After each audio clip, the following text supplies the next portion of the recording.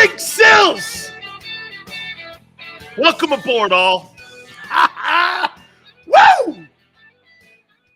Who in their right mind would not love the drama that is going on in Philadelphia? Not only with some of the players, but with Big Sills too. No play Slay going back and forth with Big Sills. You know what? I'm gonna take that back because I was just telling Tone. In all fairness, Darius, I know you watched the show. Let me say this to you, dude. You've had a great career in Philly. 2 Pro Bowls, one of them an all-pro season. I will not dismiss that. And nor will I not recognize that. Okay? But it wasn't me. I've got his own tweets. This is what he said yesterday morning when he addressed the Philadelphia fan base. And when the Eagles were preparing, and by the way, the Eagles were preparing to release him, not because of his ability, it was because of the money he was making. This totally had nothing to do with his play. This had everything to do with the money he made. Plain and simple. And his own tweets. His own tweets. Here, in the morning, in the AM yesterday, nothing but love, Philly. Let's see where we're heading next. Organization had told him, we can't afford you. Slay in the AM was understanding that the Eagles, Darius Slay said it, not Big Sills. Darius Slay said it. He was leaving. Right here. Here's his own tweets. Then, 11 o'clock or in the PM, back like I never left. Run it back. So what happened? What happened in that 8-hour window? Drew Rosenhaus had a come-to-Jesus conversation with Darius Slay. These guys also had their bluff called. They were not a priority. He was being released. The player even said it. Slay even addressed it on his own website. He was being released. Did he not? Was it me? Darius No Play Slay said it. Then what happened? He had to take a haircut, begged to come back to Philly. Because Rosenhaus had a come-to-Jesus conversation with him. If you go on the open market, you're not going to make more than $6 million. Eagles were able to at least keep it between $5 and $7 million on the haircut, and he'll make more in Philly. And by the way, it's not officially announced yet. It has not been officially announced. Don't you think the Eagles would be raving if it had been officially announced? It's not been officially announced. Show me where it's been officially announced. Still working out the money. And then in the same process, they take a shit on Gardner-Johnson. The disrespect is real. He took the tweet down because his agent probably told him to take it down. And then the first thing you get is Eagle guys going, oh, he was talking to the Bengals. The Bengals were offering him money? Wait a minute. The Bengals, if they did offer him dough, you wouldn't have to put a tweet up there to know that it would be disrespectful coming from the cheap-ass Bengals and Mike Brown and Duke Tobin. Wait, the Bengals cheap and disrespect. Really? Cincinnati? This is about Philly. Howie came in with a low-ball offer on Gardner-Johnson, the better player. Darius Slay's 32. He ain't getting a big deal out there. He would roughly come in the same room as Stephon Gilmore, somewhere in there. Slay told you he was out the door, not me. The Eagles said you could go out and look for a trade. The Eagles said that you weren't a priority because they gave Bradbury the money. I'm just going down the line here. I'm just following the tea leaves. And by the way, don't ever get it confused. Big Sills is not a reporter. Now, hey, Vet, that's right, Vet. Vet, that's right. Give it to Howie, because you know what? They got Slay back on a cheaper deal. Pretty cool. Pretty cool. They got Slay back on a cheaper deal. They did. They got him back on a cheaper deal. Okay, you're right. It goes on the side of Howie. You're not getting Gardner-Johnson. Gone. Let's just put him next to that list. And will somebody do this for me too? Why do you give Brandon Graham and Fletcher Cox $16 million when a priority is Hertz and Gardner-Johnson? You gave like a retirement fund to two dudes. Why would you spend that money on those two guys? Are you not confident that Jordan Davis can carry the mail? Must not be. You gave two dudes that are past their prime a collective $16 million that could have went towards either Hertz or towards Gardner-Johnson. I don't get that. And now maybe because Slay took a haircut and begged to come back, maybe they find the money. I can't wait to see. So Gardner-Johnson, man, I thought it was 50-50 yesterday, but after this is great. This is great. You know what's crazy is that people are over on my social media page, my Twitter page, going, Sileo, you're wrong. No, I wasn't wrong. I went off of what Darius Slay said. See you later, Philly. I followed his lead. Wasn't my lead. I followed his lead. See you later, Philly. And then 8 hours of begging, he's back in Philadelphia. Okay. Is that not what happened? Is that not what happened? See, what they realized was this. The market, he had to, hey, and by the way, the Eagles wanted him back. This wasn't a play issue when it came to Darius Slay. This was a money issue. That's why it was first put out there. They're releasing him. They had to. And then he walked his contract back and begged to stay. Okay. All good. Hey, sometimes the grass isn't greener on the other side. Drew Rosenhaus and him and Robert Bailey probably had a come to Jesus conversation saying, hey, look, the Eagles at least want to keep you here. Here's what they're going to give you.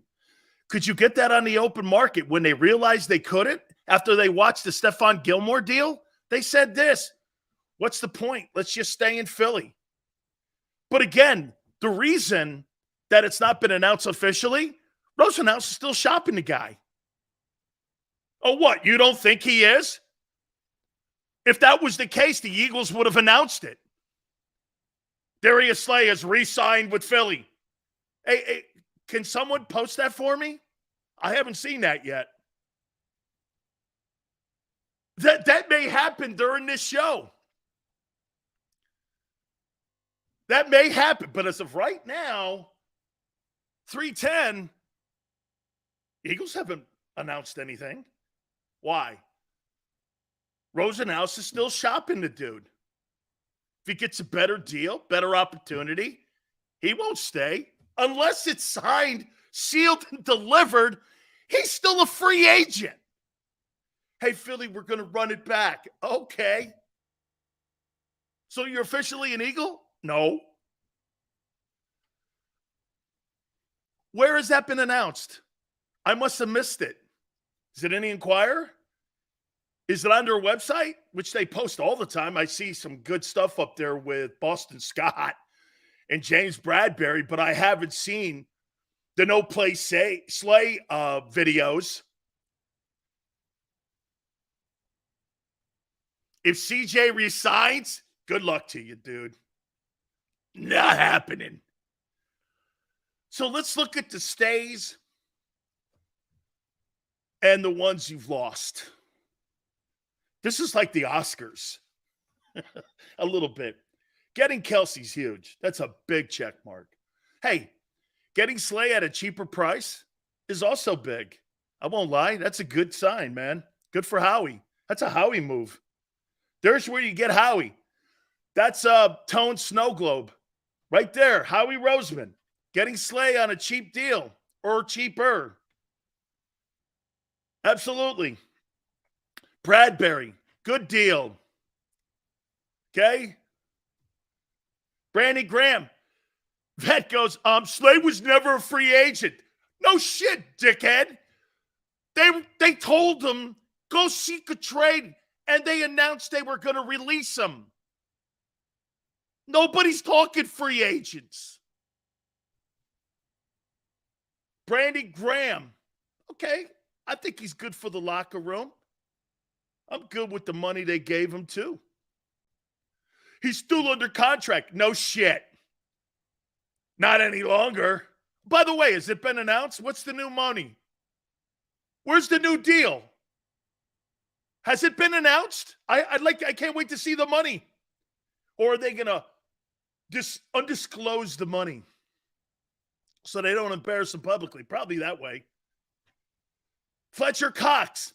Okay, yeah, all right, I'm good. $10 million? Wow. Boston Scott gets, what was it, $2 million? Here's who you lost.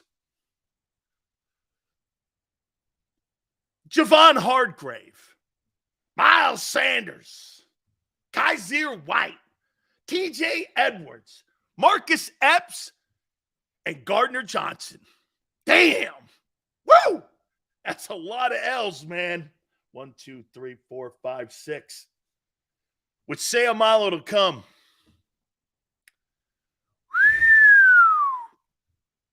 Man, Howie Vision. Hey, getting Slay at a cheaper price, though. It's a stroke of genius. Way to go, Howie. Called her bluff. Saw what Stephon Gilmore got because he's into stuff. Hey, Tone, do me a favor. See what Stephon Gilmore's base salary was. And that's what Darius Slay would have got in the open market. But the Eagles were able to give him more than what Stephon Gilmore. So he went like this. He got humbled, came back, less pay, bang. He ain't making $18 million. What are you, crazy? Hey, Carson, I don't get mad. I'm never mad. I don't get mad at anything. Not me. You got the wrong dude.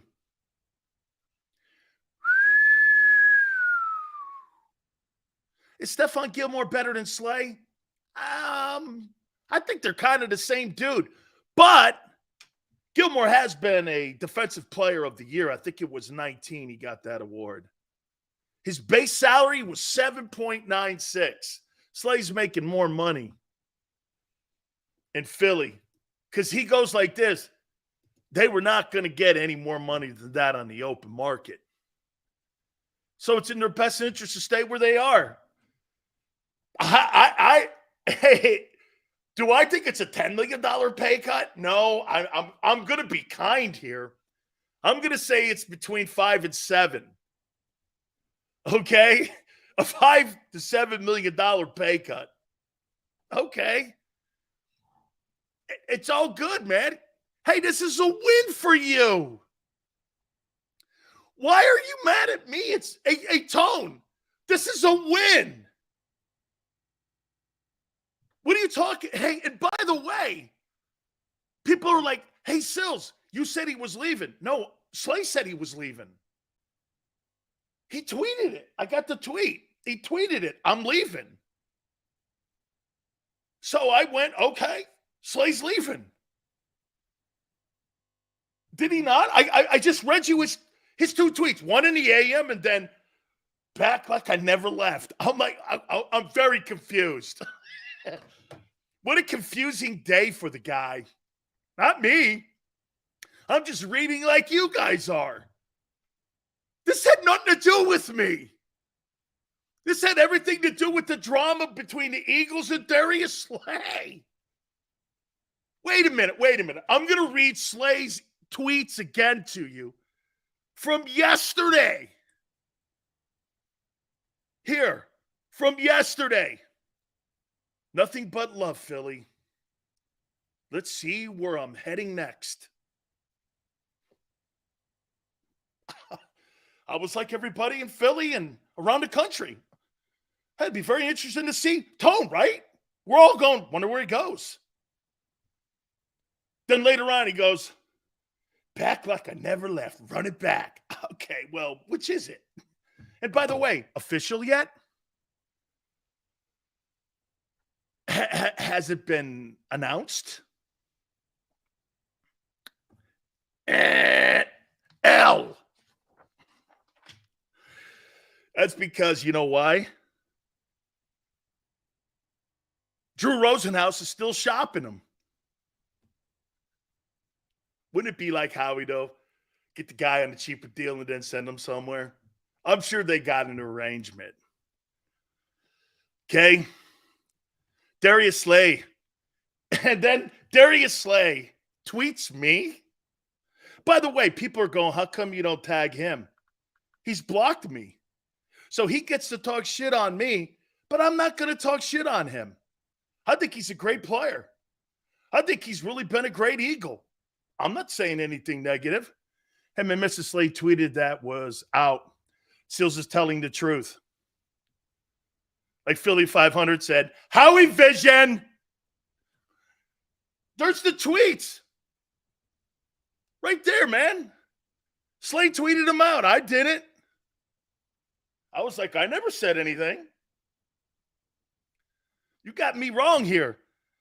Oh, and then he just tweets this at me. Hey, look, dude, you're welcome on the program, right, Tone? Hey, you're welcome on the program at any time. Hey, man, I'll never talk bad about another man's wife. I don't care if she talks shit on me. That's all good. I'll never do that. It's not my game. Because I would never want anybody doing that to me. Never. This is what Darius Slay. I wrote this. This video was so true. Slay begged and took a pay cut in Philly. He did. Was never a top priority. The video's true.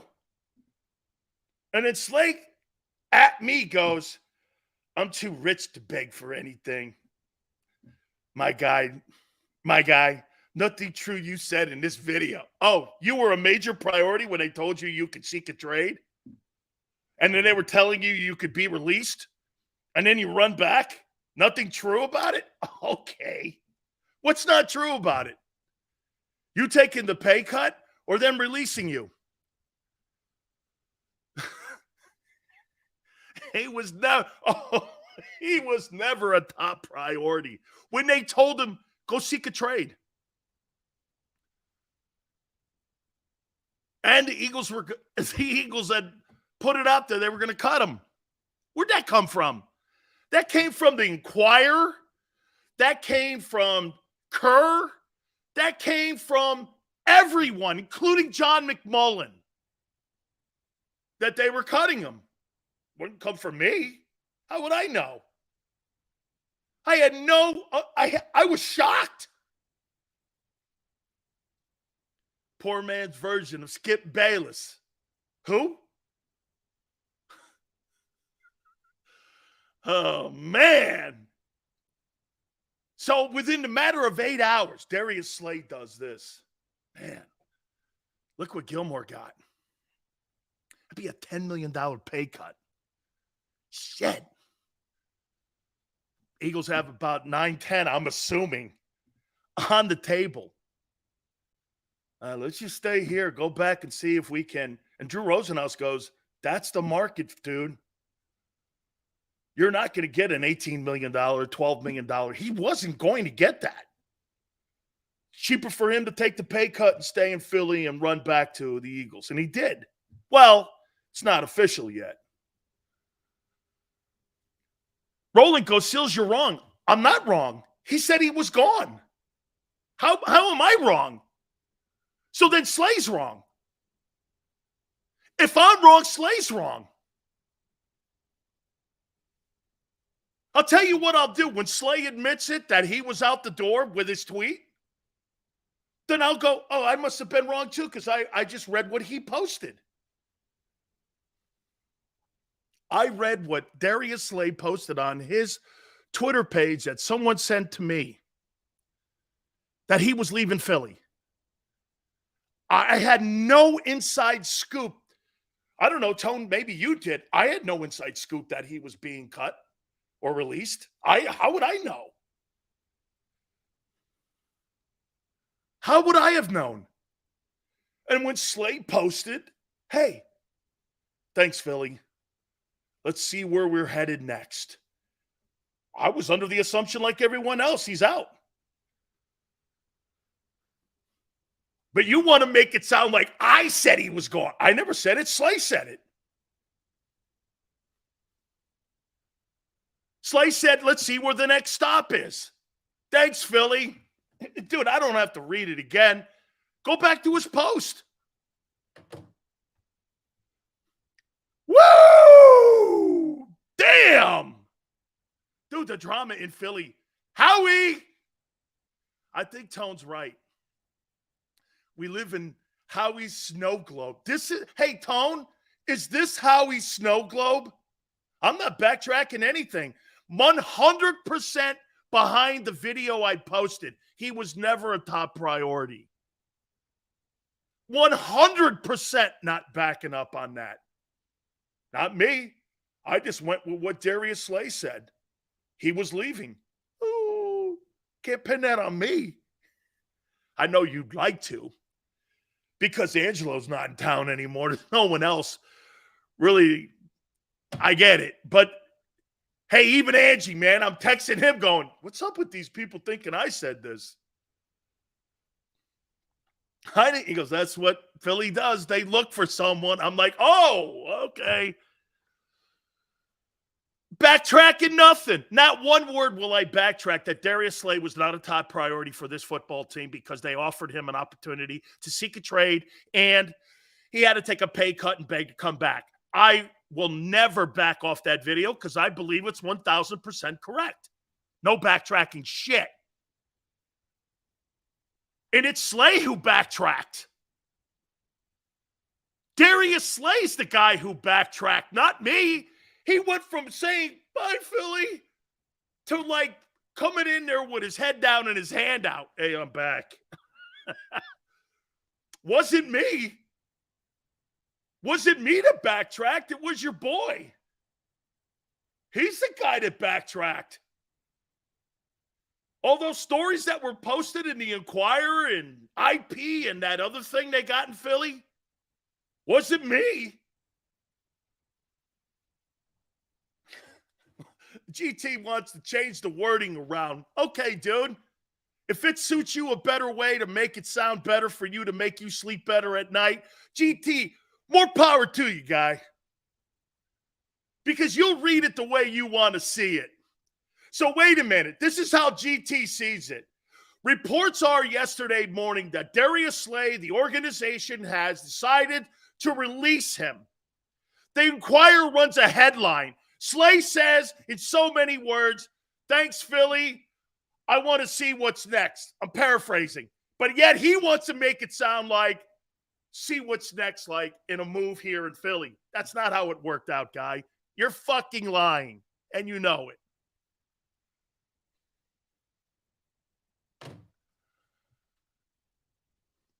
Oh, am I hearing Gardner-Johnson to the Broncos?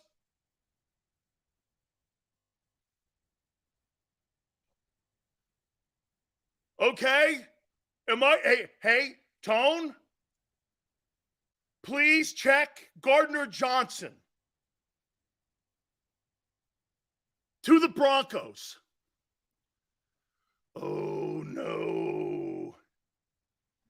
Oh, no. The media lies. Yeah, so, wait a minute.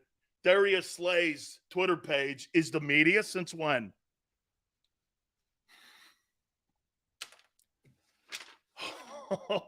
Hey, there's rumors going out there that Gardner-Johnson's close to signing with the Broncos.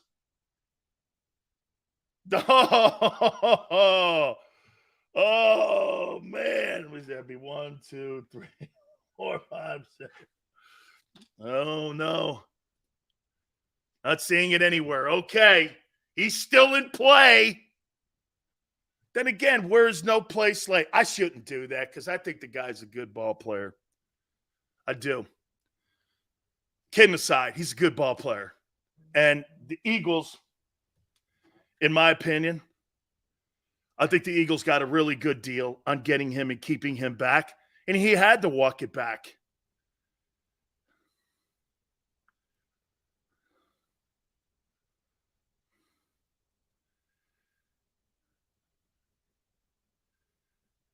Who's DJ 2 great?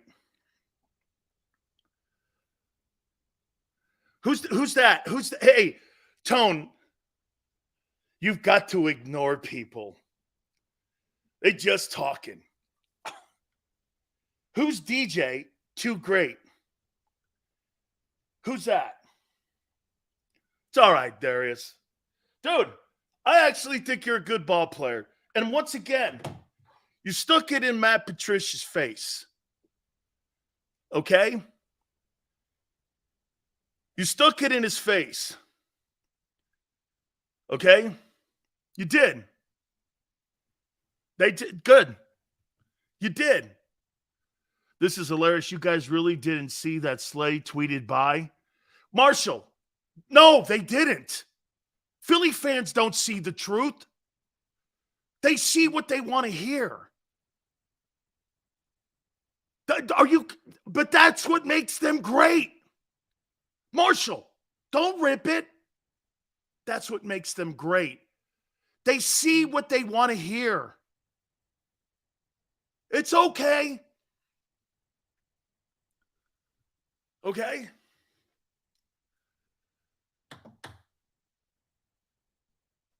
Keep an eye. He did say bye, but my boy GT, he reads between the lines. I got to find out who this other. Hey, on that tweet, I got to find out who that is. Tone, we got to find out because now he's mad. Does Big Sills really bring that out in folk? Come on, man. Now, this is a true one. Somebody says I'm annoying. Who's DJ Reed? Who's DJ Reed?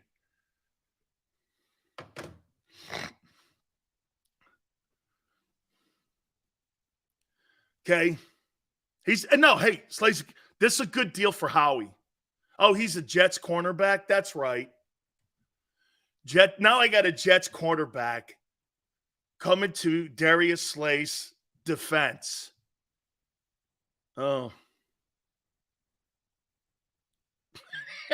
Oh, man. Okay, can we move on? I'm bored with this. Don't tell me that's not Sauce Gardner. Hey, let's keep an eye on Gardner-Johnson. Gardner-Johnson was insulted by the offer by Howie Roseman. I'll tell you this. If you lose Gardner-Johnson, now I'm thinking it's 60-40. You're losing him. Hargrave, Sanders, White, Edwards, Epps, CJ, probably Sayamalo. Man, wow, that hurt. And then you got some asshole like Paulie Shore going, another strong day. Actually, getting Slay back on a cheaper deal and having him come back and beg to play, yeah, I think that's a good deal and a good day for the Eagles. I do. I do think that. By the way, have they announced the Slay deal yet? Once again, just before we move on here. He's insulted. Well, here's another guy. Kelly's going, he's insulted by the market, not by the Eagles. Oh, of course. Remember what I told you about Eagle fans. Okay? They see what they want to hear. That's all they see. But that's what makes you the best fans around. It's okay. I accept it. I understand it. I know you now. Oh, hey, I never said he was leaning towards the Broncos. I said the Broncos are one of a few teams that are negotiating with them. There's like 3 other teams. I can't believe the Bengals would be in the conversation for that. Okay? Okay? And again, I'm not ripping the Eagle fans and Philly fans. I'm not. I'm totally not ripping that. You guys see what you want to hear. It's all good. Great fan bases. What, you think the Buffalo Bill fan base doesn't do the same shit? Of course they do.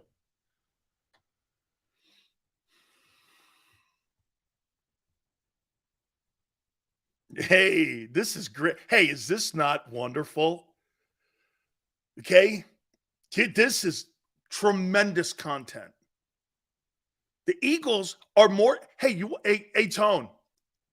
The Eagles are more interesting in the offseason than they are during the season. You guys are more interesting now than you were when you were playing.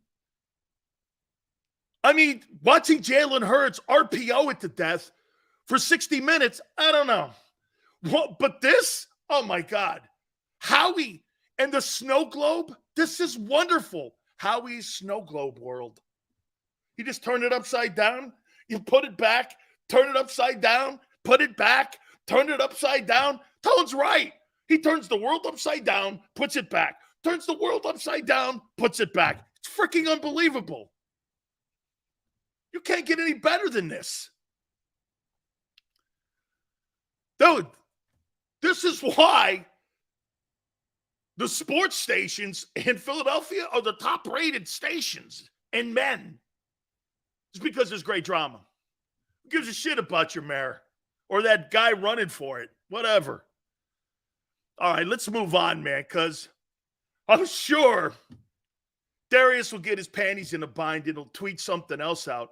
Hoss, I'm going to say it one more time to you. All kidding aside, you've been a great Eagle. You have. Anything I could say here is in fun. But to be candid, like Tone says, you have fulfilled every single obligation as a player since you've been an Eagle. I don't really think you had a great last month, but hey, overall, 2 Pro Bowls, 1 All-Pro year. I don't know what else you could say.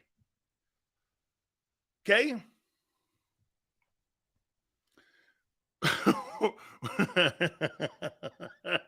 Look at this guy, Rob.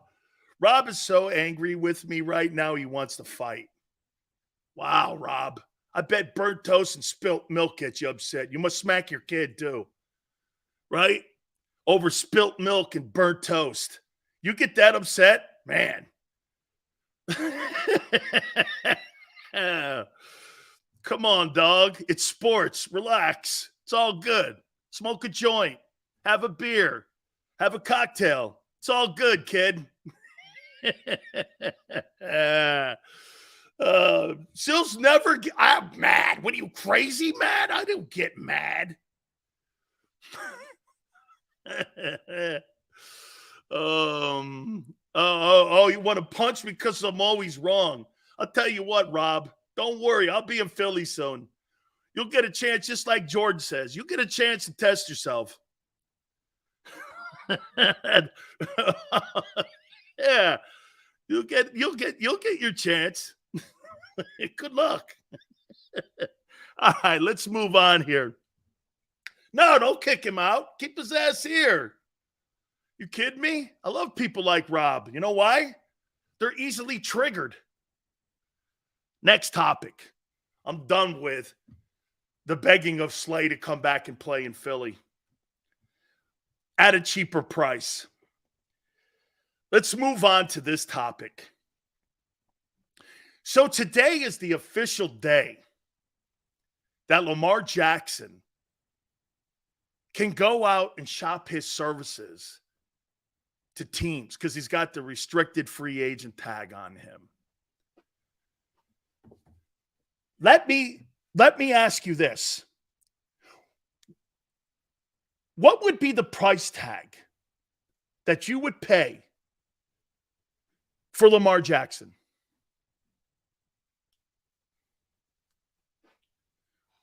What would be the price tag? Because I'm going to bring this home to Jalen here. No, he's restricted. They put the restricted tag on him, which means it's $36 million. And if a team comes in and offers him a deal, they have to send the Ravens 2 first-rounders. $38 million. 40. I'm not 275 guaranteed. How much? I just want to get a round number. 36 is the restricted tag number, guy. Please. 3 for 150.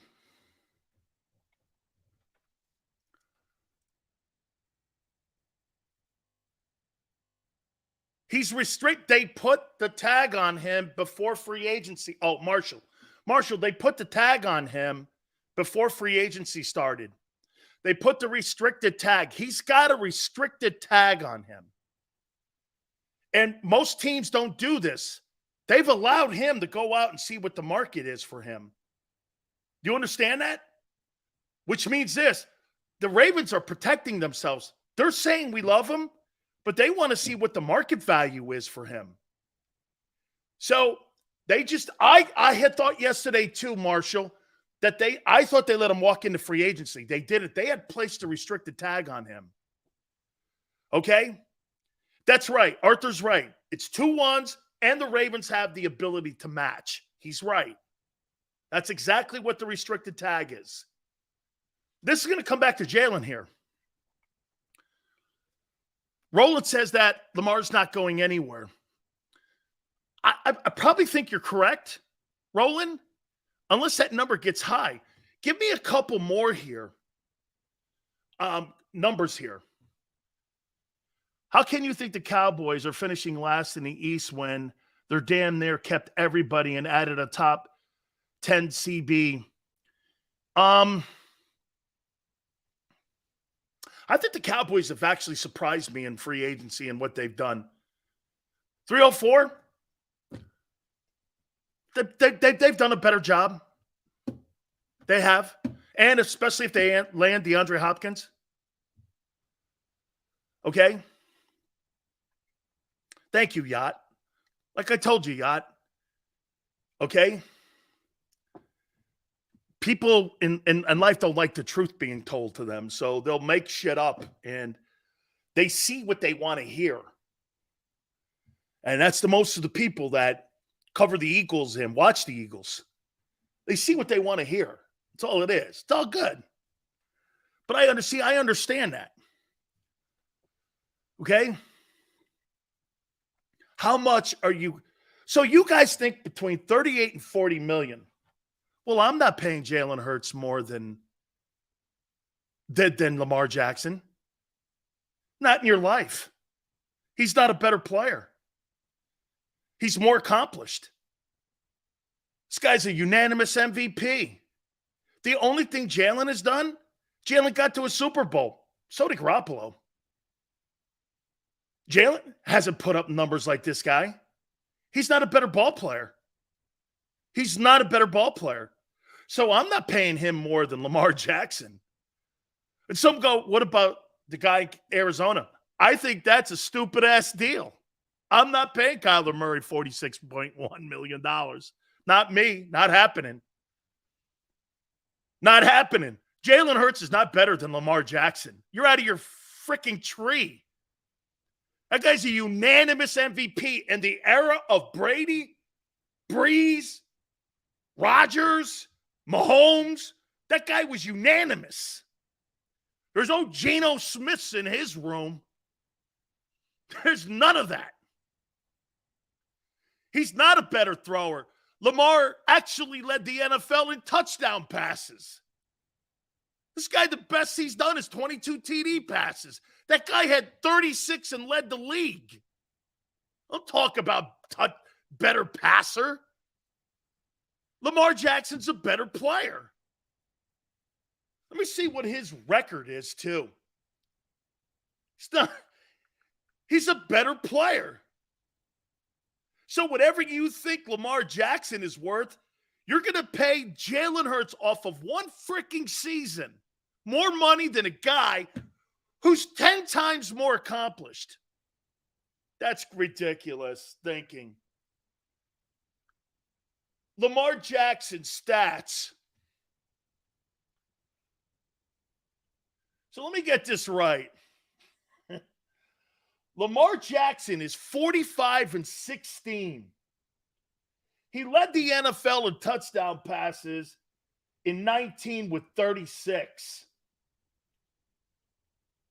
Okay? He's won 75% of his ball games. He's rushed for $2,000 twice. Shit, he missed all those games a year ago and he still had 700 yards?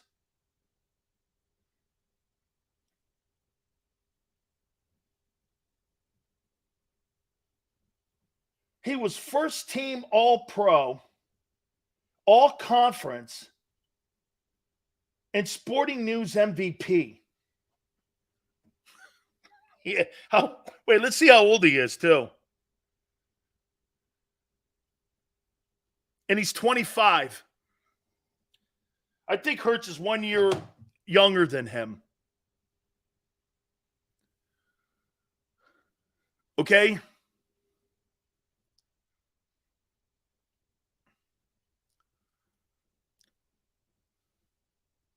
Peter says Lamar has regressed since his MVP season. What, you don't think Jalen will? He runs the same style. What, are you under some notion that he's Pat Mahomes? Jalen Hurts?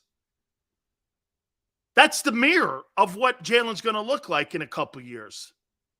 If you're saying he's Lamar Jackson is more accomplished at 25 than Jalen is at 24. That's a fact. That's a fact. Name me one thing he's done individually more so than Lamar Jackson. Name me one thing. One thing. Won more games? No. MVP? No. Led the NFL in touchdown passes? Absolutely never will.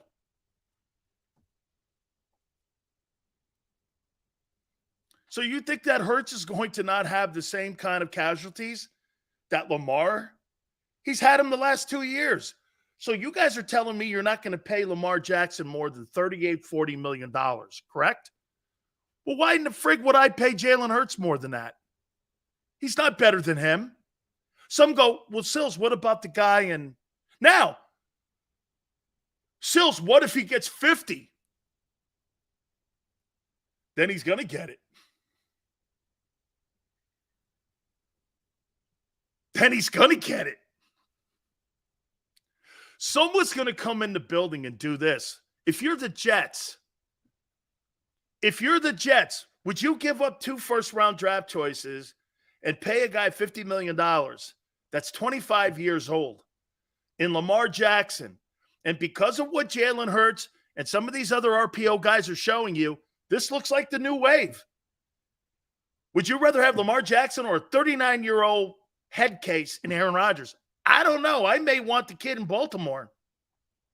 I can't think Baltimore would want to keep the kid in the AFC to have to see that guy occasionally.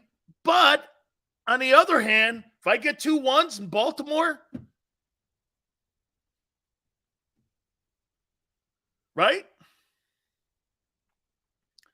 By the way, that relationship, can it be repaired in Baltimore? Look, every relationship could be repaired. Ask Darius Slay. You put money around it, everybody's feelings feel a lot better. You know what I'm saying? I didn't backtrack off anything, dude. Vet goes, I backtrack. Off what? You said 2 months ago that you would never pay Lamar Jackson because he sat out the wild card. I told you 2 days ago, that does aggravate me. That does that. No. I didn't praise him. I said this. I'm not paying Jalen Hurts more than him. Is that praising? He's not more accomplished. You can take that any way you want. There's no backtracking. Okay? He has no receivers in Baltimore. Nothing. Except the tight end, who's pretty good. Whatever you guys, again, you see what you want to hear. It's fine. I get it. See, Big Sills knows how to handle some people. And a lot of folks in life want to, when they see something, it's what you want to hear. It's okay. You think Jalen Hurts is a more accomplished player than Lamar Jackson? You're high. He's not. And he's 1 year older. He's not better. You think Jalen Hurts is going to win a unanimous MVP with Patrick Mahomes in the league? Guess what? The guy in Baltimore did. You were battling Geno Smith. You were battling Geno. Geno and Patrick, to be fair. Geno. Lamar's been to a Super Bowl? No. Garoppolo has. Nick Foles has.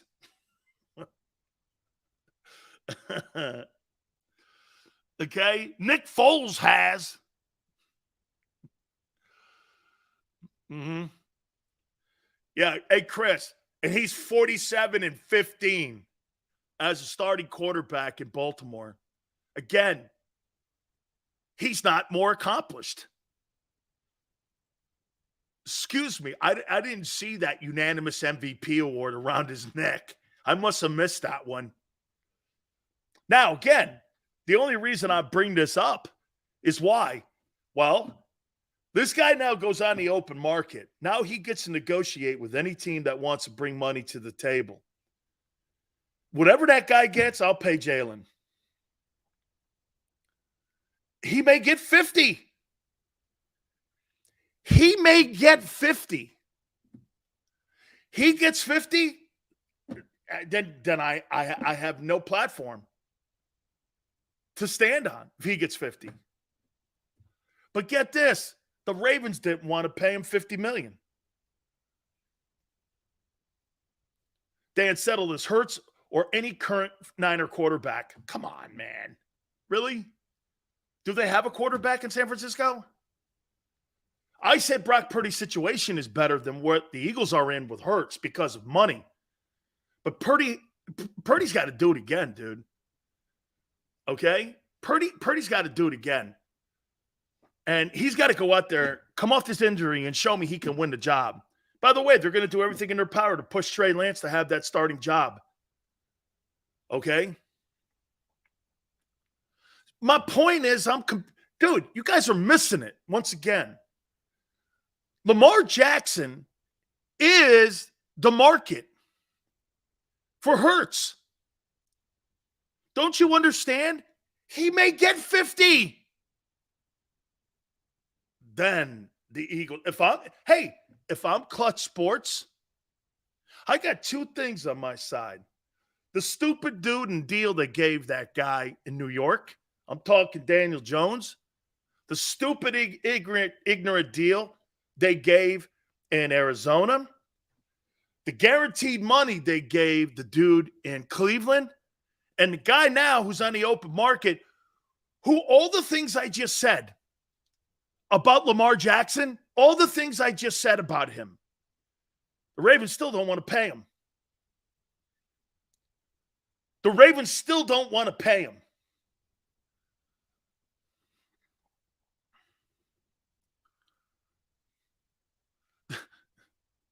Yeah, you bet Slay came. Let me tell you, when Slay walked into Howie Roseman's office, instead of seeing that Jason Kelsey video, it was Slay coming in with his head down and his hand out.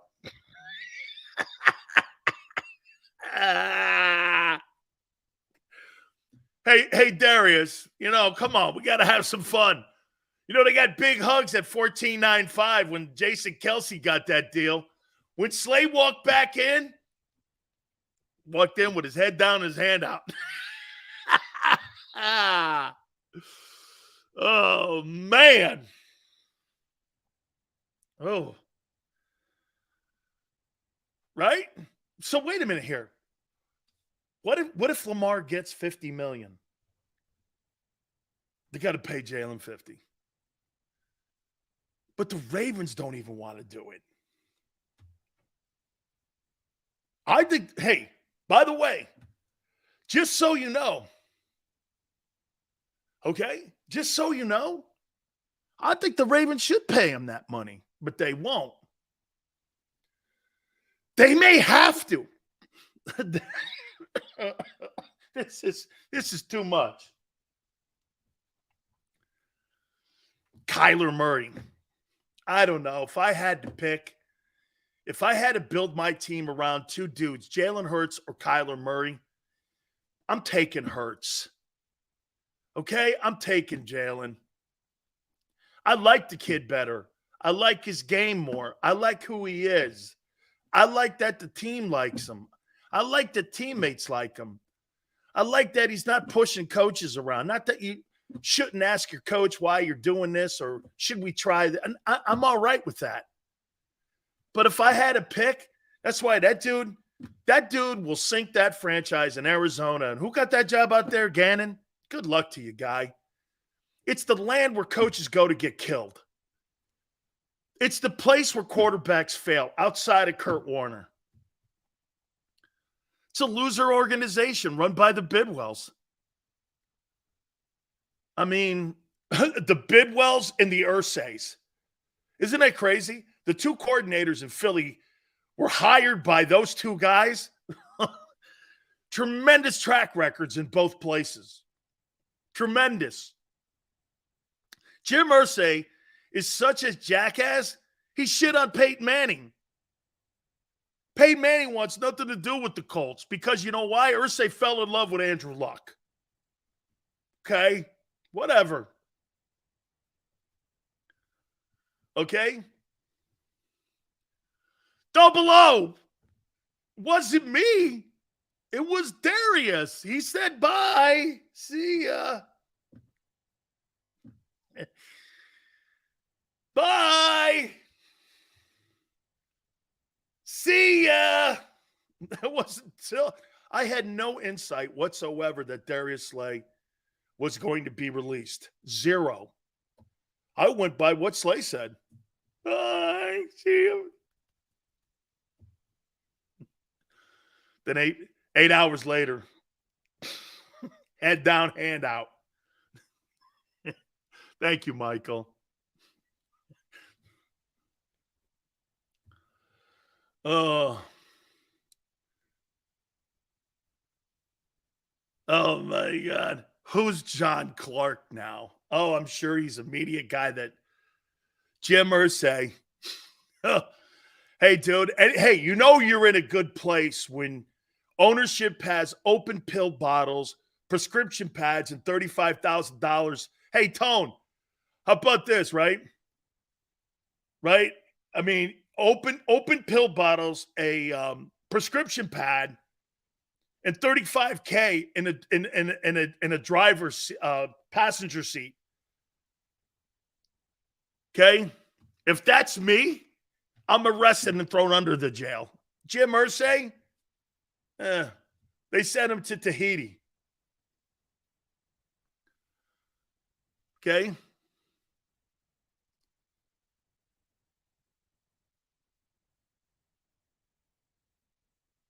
Slay is addicted to sills. I wish my wife was. His wife got right on his tail. She said, forget the money. We are winners. Okay. Sometimes the wife is the best person in the room to listen to advice. Absolutely, man. That's who I listen to, and my aunt. Not kidding. I don't really think I listen to some dude. I'll listen to my best friend. Vet goes hating on Irsay for what? Because he's a loser. Okay? You fire Frank Reich. You get rid of Wentz, who had a great year for you. You shit on Peyton Manning. You've been searching for the next Andrew Luck. Matt Ryan's the greatest leader I've ever seen. And they just cut him.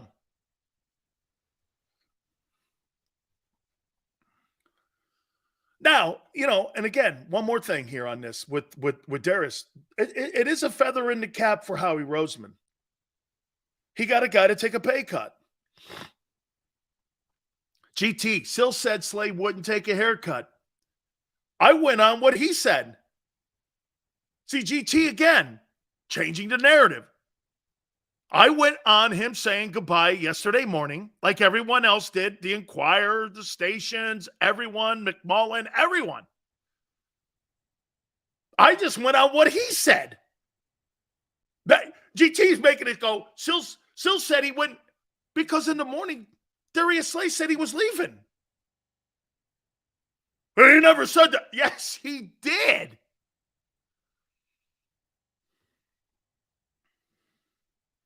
This is your idea. I never said it. CB1 said it. Or whatever. CB1. Whew. There should be a t-shirt of this. When you go into Howie Roseman's office, you got your head down, your hand out.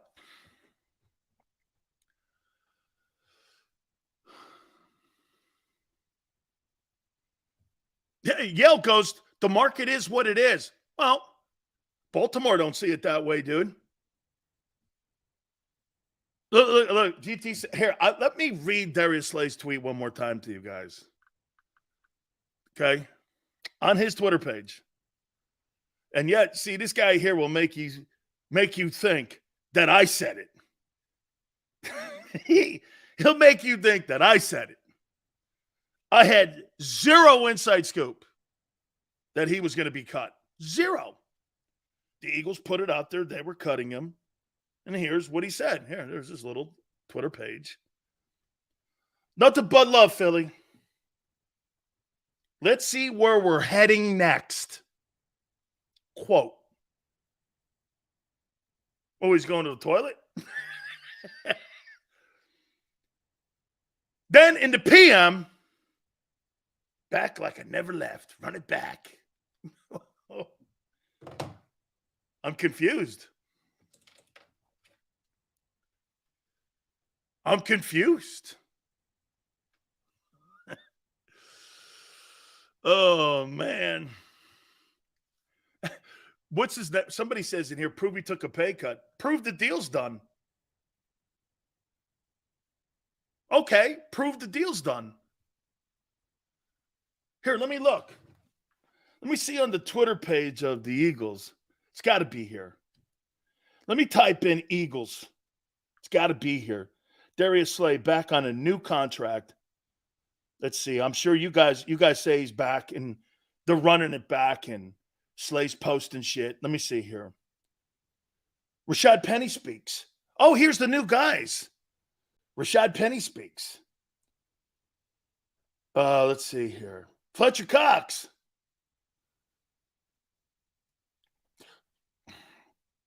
There's Fletcher. Signed. There's Bradbury. Signed. Boston Scott. Signed. I'm sorry, I'm missing Slay here. Where is it? Where's CJ? There's Penny. Rashad Penny's is probably correct. Yeah. Okay. Again, GT wants to. Okay. He wants to hear it and think things his own way. It's all good, dude. It's all good. All right.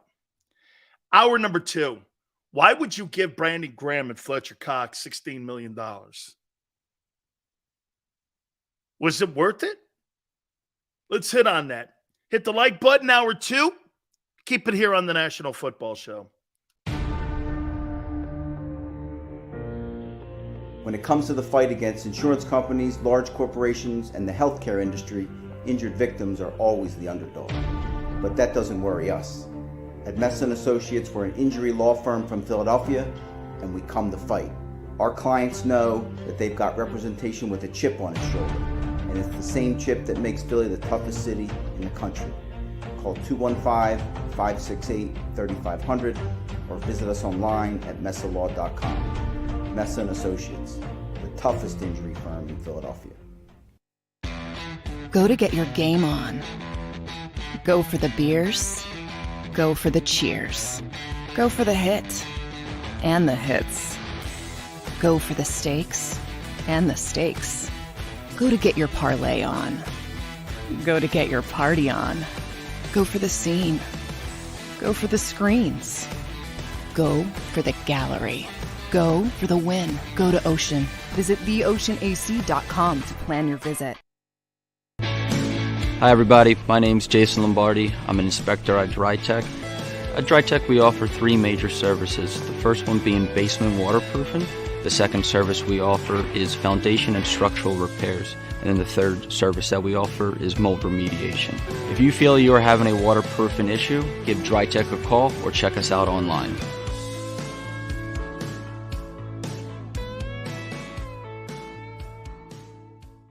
Jeff D'Ambrosio doesn't need a special event to appreciate his customers. Jeff shows his appreciation to them every day of the year. Jeff makes sure to stock more new inventory than anyone and guarantees prices and payments that nobody can beat. There are so many reasons that thousands of customers know Jeff is the easy, friendly place to do business. More for their trades. No judgment zone for credit issues. The best, most reliable service department in the country. That's why I like Jeff, and I know you will too. Jeff will satisfy you every day. Jeff D'Ambrosio, Destination Downingtown, Owner Appreciation Event.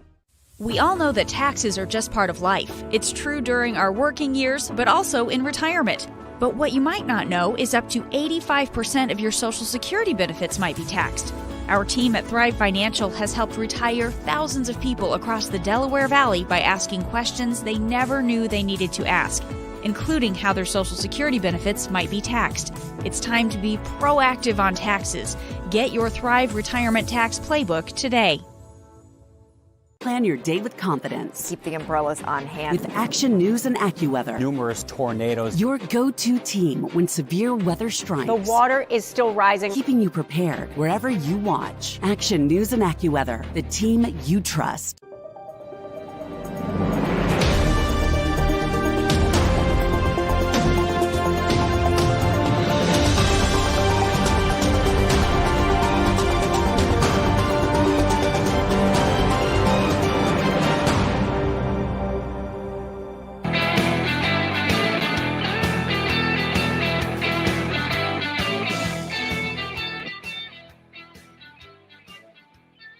No. Sean Payton, okay. Big Sills, National Football Show. Boy, Broncos are being very aggressive. They're being very aggressive with your guy, CJ. I don't know. You sign Fletcher Cox and Brandon Graham. This is why the Patriots don't do shit like that. When they had Brady, they wouldn't do none of that shit. They made the tough cuts. No disrespect. They understand it's a business too. So you give these guys $16 million for what? You got to pay a quarterback, and you got other needs. You got a 26, 27-year-old kid or 25-year-old guy in this Gardner-Johnson, who I think is a superstar in the making, and you sign a 36-year-old defensive end, and you signed a 33-year-old defensive tackle who struggled last year at the beginning of the year until they got him some help, to a $10 million deal? What's the point? I don't get it. I thought the Eagles were smart in spending money. That's like retirement pay. I mean, especially when you have other pressing needs. I mean, dude, if you are going to spend $10 million on a defensive tackle on a one-year deal, why not go in the first round at the 10th pick and get a DT, or at the 31st pick and get a DT and put him on a rookie contract? Or are you afraid that the guy Jordan Davis can't play? I'll tell you something. That $10 million deal that they gave Fletcher Cox is an indictment on Jordan Davis' shitty play last year. That's an indictment. They got to bring back a 33-year-old guy at $10 million because that guy did not show the promise that they thought at 13. Tell me I'm wrong. I think Milton Williams is one of their better and more productive guys. According to Pro Football Focus, he made the biggest improvement of any guy in that D-line. I happen to think it's Josh Sweat. I like Josh Sweat. Okay? Shit. Yale says they need bodies. Bring Josephine and Sue back at 3 apiece then. Not $18 million, $16 million. I mean, shit, really? Dude, I'm not saying Fletcher and Branding aren't good players. I'm saying the price tag's a little bit high for me. $16 million for two dudes? I don't know. That's a lot of money. You're paying for goodwill, too. I don't want to pay for goodwill. Dude, watch this. So wait a minute. Fletcher Cox is still better than Jordan Davis at 33? That's an indictment on that kid. Look, when you have a replacement for someone and you know you can replace them, the idea is to move off the big money and put the rookie contract in there. The Eagles can't do that. So they got to bring back a guy who really can't play a full game any longer in Fletcher Cox. They got to give him $10 million. Oh, okay. Wow. Pretty high. That's a pretty high. Steve says it's not an indictment. Get this. What the hell do you know then about managing a salary cap? And how about this one? Do you think Jordan Davis is the 13th pick in a draft? Hell no. 13th pick. That guy's like the 35th pick.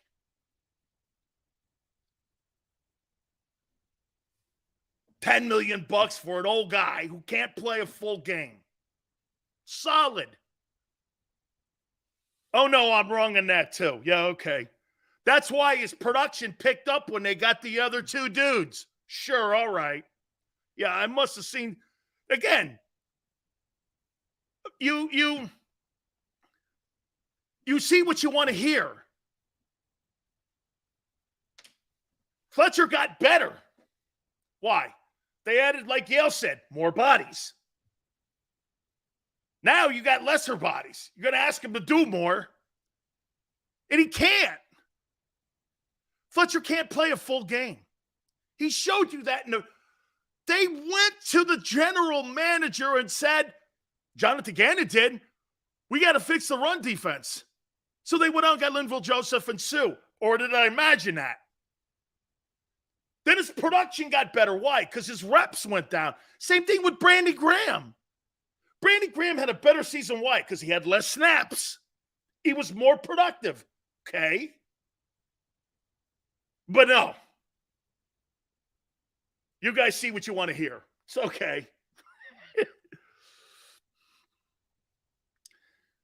GT goes, he played good enough for $10 million?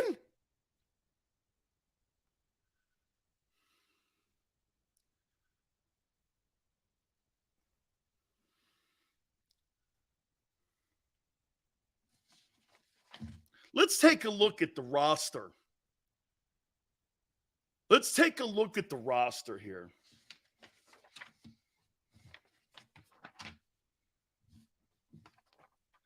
Of the Eagles. And by the way, let's take a look at how he's worked so far. Fletcher Cox, 1 year, $10 million. James Bradbury, 3 years, $38 million. Brandon Graham, 1 year, $6 million. Boston Scott, $2 million. Penny, 1.35. Like I said, it's a nothing burger. No harm, no foul there with him. You know, he may not even make the team. So, and you have to put Jason Kelce in there. Okay? And you got to put Jason Kelce in there. I agree, Drew. I think the penny thing, like I said, it's a nothing burger. If he pans out, by the way, he's got talent. He just can't play and stay healthy. That's why the Seahawks went in the second round last year and got Walker. Okay? Let's take a look at his football team.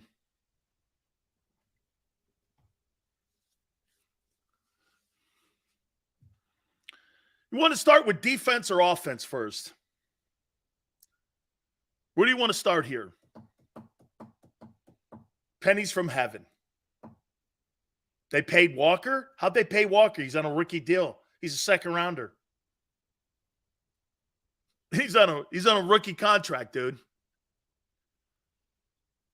Let's go. You want to start on the defense? You guys want to start on the defense first?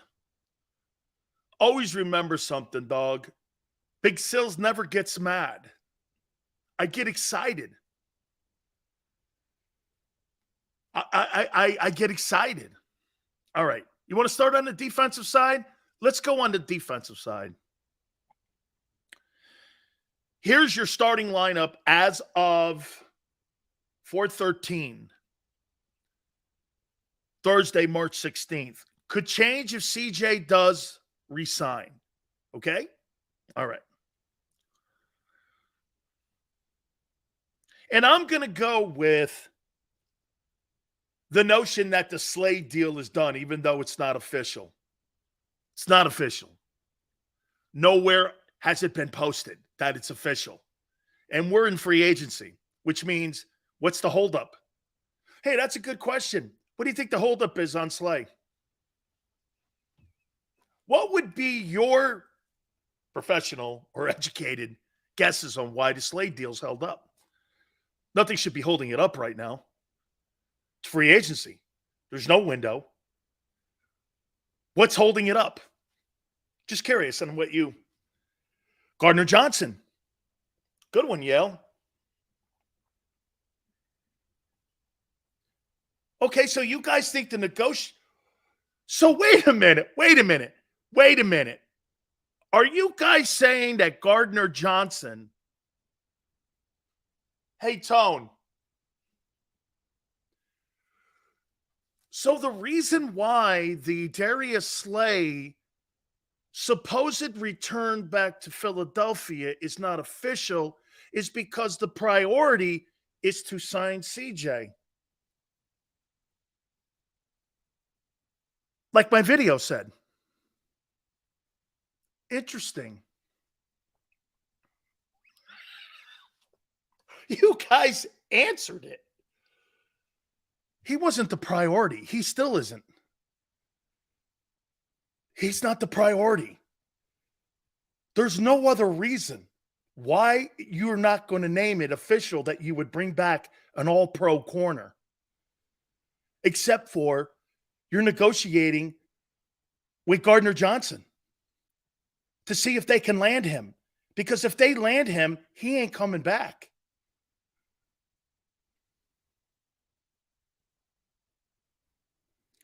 Hold on. That's a good point, too. They don't really have to say anything because he's still under contract. You're right. But they had said he was leaving, and so that You're right, technically. There you go, Tone. Technically, they don't have to post anything. Except that the player told you he was gone, and then now he's running it back like he was a free agent or he was cut. Again, Vet, not me. I'm going by what Slay's saying. So, you're telling me if everything is the way it is, you're paying $18 million for Darius Slay, $16 million for Bradbury, and another $12 million for Gardner-Johnson? I want to see this.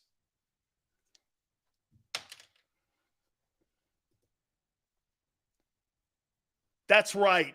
That Tone is right. Darius Slay needs to shut the up.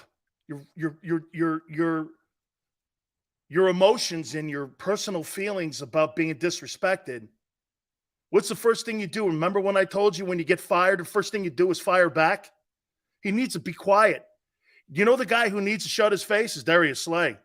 Because you know what he's doing? He's making it seem like he was cut, all of a sudden restructuring a contract, when at the end of the day, like Tone just said, he doesn't have to say anything. Nobody would know the wiser. But his opening of his mouth has kind of unzipped their fly a little bit in how they're doing business with Gardner-Johnson. It's totally true. This guy needs to shut his face. Right, because you guys are right. He's under contract. Why is he talking? Why don't you ask him that?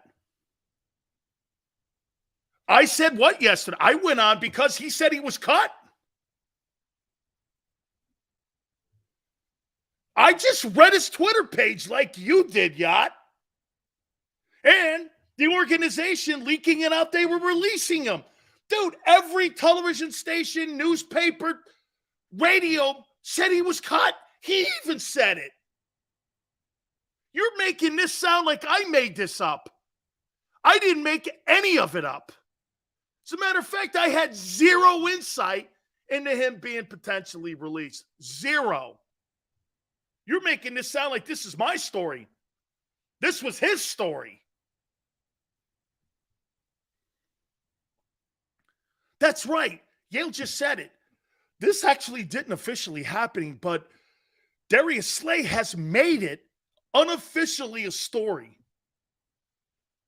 because he got his panties in a bind because they were going to cut him. Back like I never left? Dude, what are you like, Le'Veon Bell writing cryptic tweets?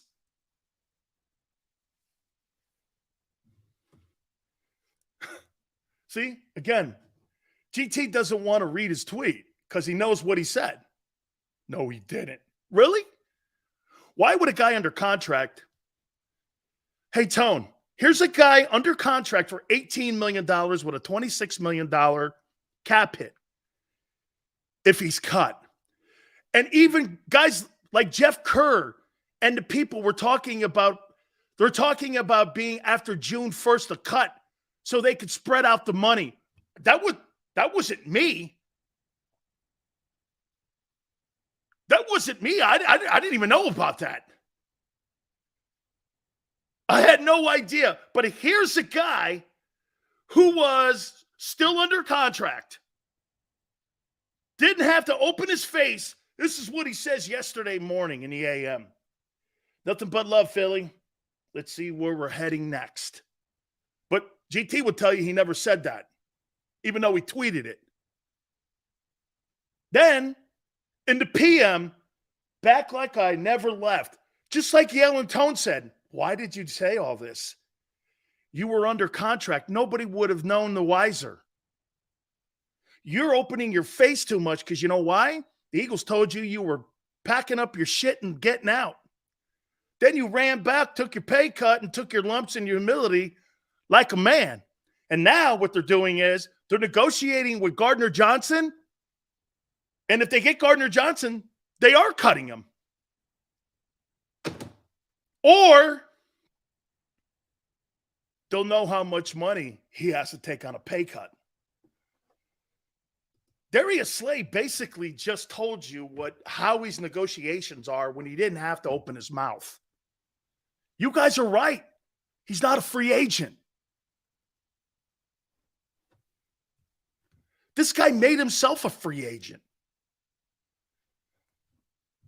without even doing anything. And again, this ain't my story. This is his actions. Tone says, if Slay would have been quiet, all the so-called reports would have been hearsay. The Eagles are letting him sink his own market. That's right, because you know what? The pennies and nickels that are going to be left is what he's coming back to Philly on. Priority was him. Yeah. Okay.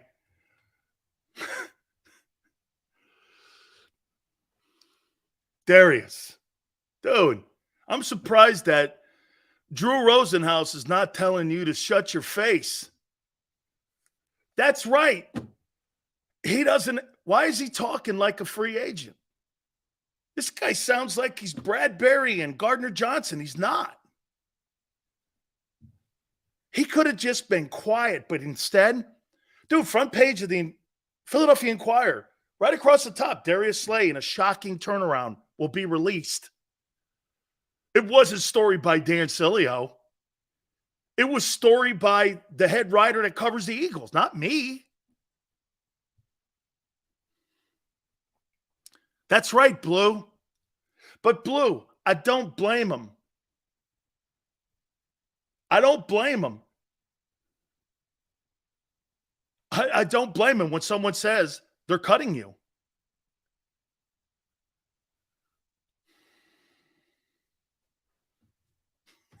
Man, this is I thank you. All right, let's look at your football team. Okay? Damn.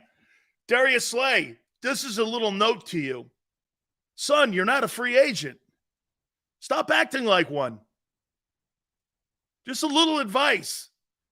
Take it from a guy who opens his mouth too much. Just shut up. Just for a little bit until they get your boy signed. Then you can pick up the pennies and nickels that they have left for you.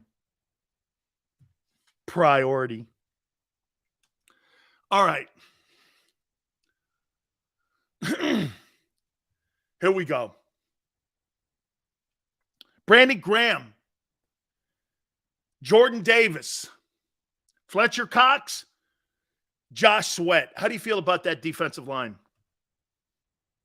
What do you think about that D-line? Jordan Davis, Fletcher Cox, Josh Sweat, and Brandon Graham. How do you feel about that D-line?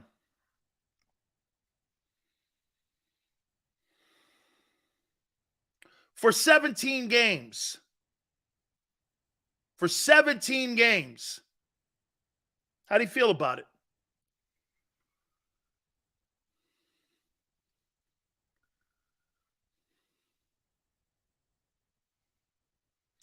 I would say this.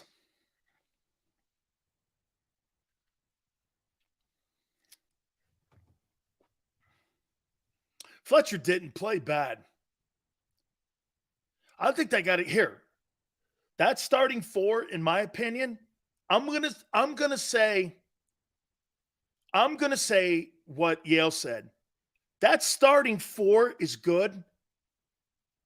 They need to sign some backups. Okay? They need to sign some backups. And if they get some backups, okay, I'm pretty good with that line. I think Sweat's coming into his own. Yeah, but they're gonna play him at outside linebacker in this new system. They're not gonna, dude, Tone, you're not gonna put a 6'1", 235-pound guy in a forefront over an offensive tackle that's 6'8", 350 pounds. They're not. He can't play the run. He's not a good tackler. He's a pass rusher in a 34 defense. He's not Name me one defensive end that plays in a 4-3 that's 6'1", 235. Name me one. They play a 43 or 34 in Pittsburgh, and that's why TJ can play out wide, and he's bigger. I say if they get more backups for this 4, right defensive end, right defensive tackle, left defensive tackle, LDE, with Graham, Davis, Fletcher Cox, and Josh Sweat, I would give this a B. With help behind, drafting guys, some free agents that are out there, maybe bringing Sue back. Okay? I'm not counting on Derek Barnett one bit. He's another colossal disaster first-round pick that the Eagles have. That'll be another one on a scrap heap. Derek Barnett? Really? Derek Barnett, Andre Dillard, and Jalen Reagor. First-rounders? That sucked. Okay. Seriously. Don't talk to me about guys that don't produce. I mean, and first-round picks. So, Sue, Joseph, I'd be interested in these guys coming back and running it back and see if they have anything in the tank. I'd give it a B. Here's your backers. Will linebacker, middle linebacker, strong side linebacker. Tone.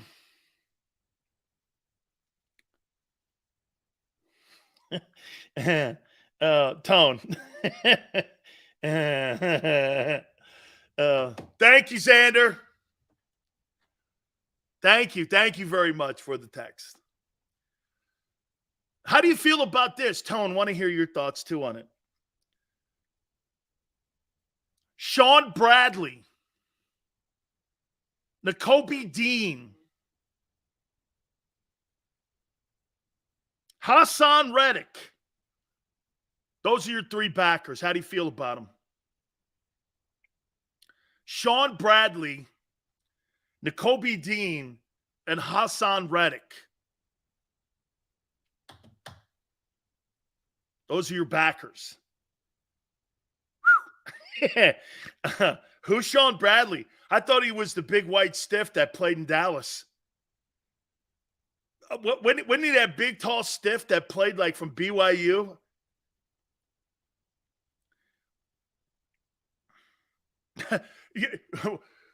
Someone goes, don't we need 4 linebackers? I couldn't find the other guy. Hey, I couldn't find the other guy. I couldn't find him.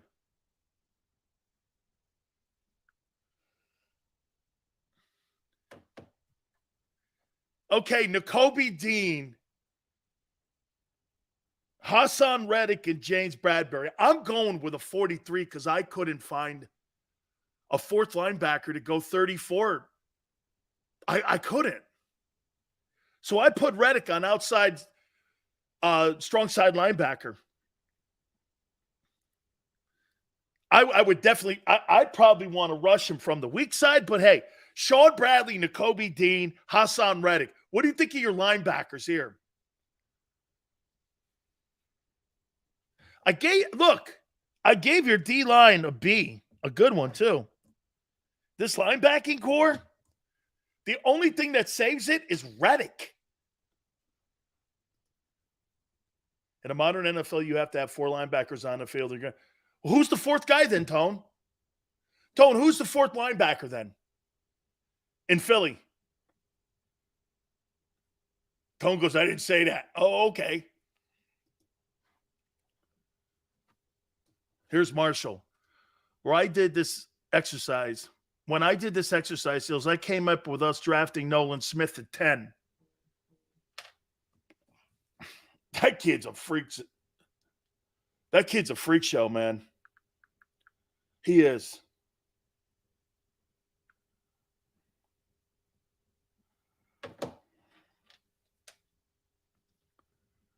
See? All right. You're going to need some help at linebacker. I would give that. I'm going to be good and not a jackass. I'm going to give that a C. because of the unknown of Nakobe, because of the great play at the end of the year by Reddick. Okay?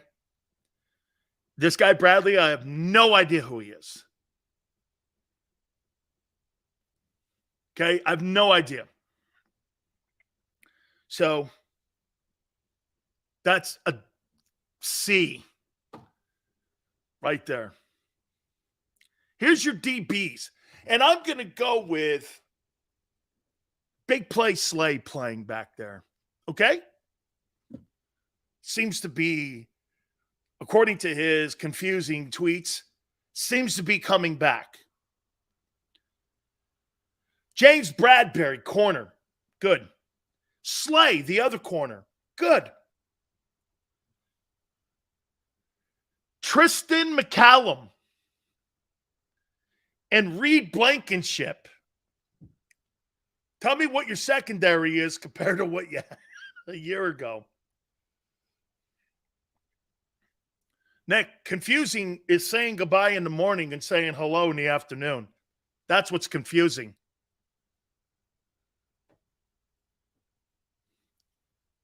Is it Tristan McCallum? Who? Blankenship, Slay, and Bradbury. I have no idea who that kid is. What do you think of your secondary?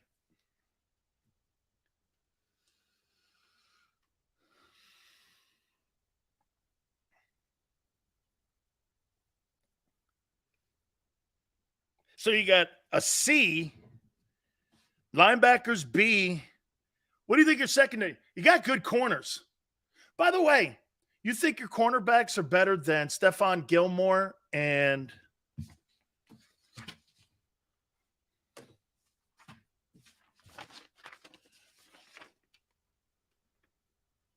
you think your corners are better than Trayvon Diggs, Stephon Gilmore? You think Slay and Bradbury are better than Diggs and Gilmore?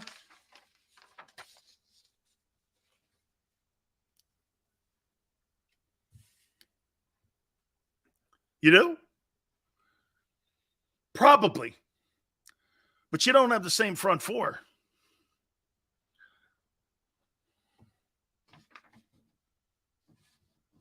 Hands down.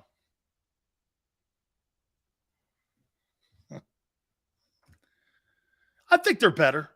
I think the Eagle corners are better. Okay? But I actually think they're going to get that kid from Illinois, too, to enhance that secondary.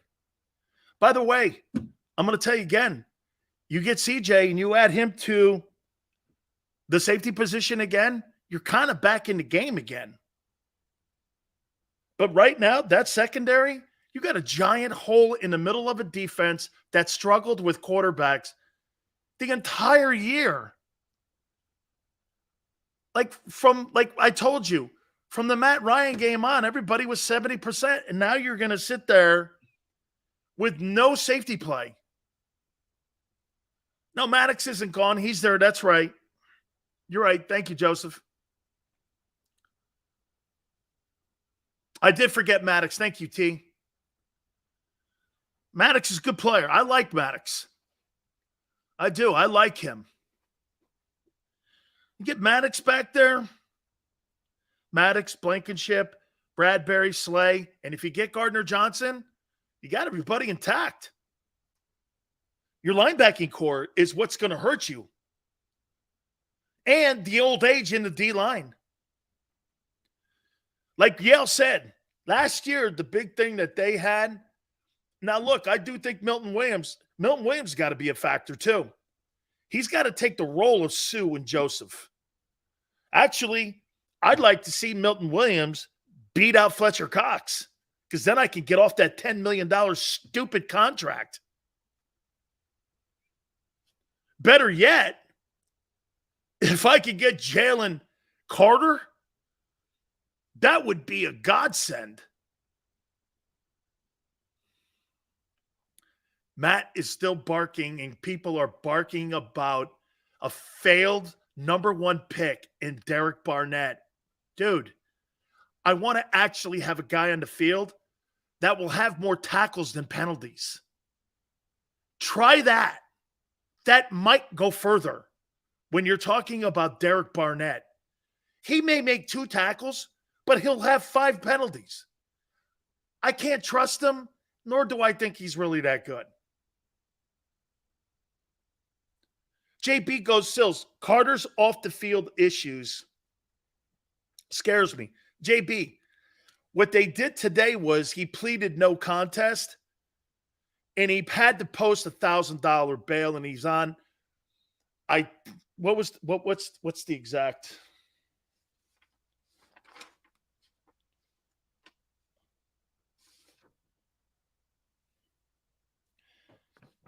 He's got 10 months probation. No, 20 months probation, 80 hours of community service, 12 months of probation, $1,000 fine. It means he had to post $100 for his fine. I don't care. I don't care. I want to talk to him, though. Okay? I want to talk to him. I want to have a conversation with him. Dude, don't be stupid. Because you have been. You're too good for this. Doesn't it always like blow your marbles away when you see a guy with everything to lose and he just does it, and you're like, okay. It just makes no sense. That's right. Yale's it. If that's completely it. Right there what Yale just said. Right there, right up there what Yale just said. If I have a conversation with him and I think he's a buffoon, I can't. How about this? I'll draft a buffoon in the 6th round, but I'm not going to draft a buffoon at 10. Coach Johnson says this all the time. You show me a dumb guy, I'll show you a dumb player, and I'll show you somebody to stay away from. If he's a stupid ass, there's no sense of it. Carter or Gonzalez? Here, Rogue, Gonzalez is the need. Okay? He's the need. Carter's the better player. What do you go with? And there's a need at D tackle with length and depth. You just lost 11 sacks in the middle. Okay? John Morant, you see what he's doing now? He's going on a media tour. And I want to say one thing about John Morant. John Morant, kid, I get it. This guy's got like $300 million awaiting him. And when you're young and stupid and with a lot of money and a lot of fame, and they're wanting to put the face of the franchise, let alone one of the faces of the league, I totally understand. Look, I'm going to sound like I'm giving him a hall pass here and take it for what it is.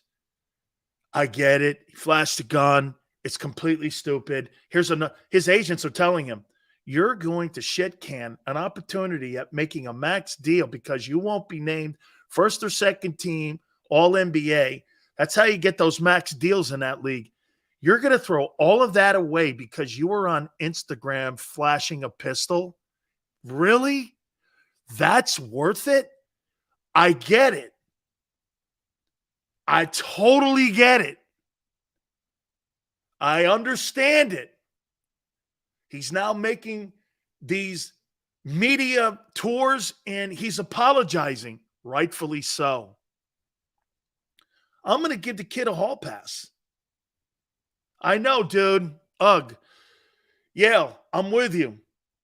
But, hey, when you get a lot of money in your hands, a lot of fame, trust me, you think your shit don't stink. You think you're Superman. The narcissist mentality's with you. All of that is true. I had it. It happens. It does. It's not an excuse. It's just what it is. I hate doing that because it's a cop-out comment.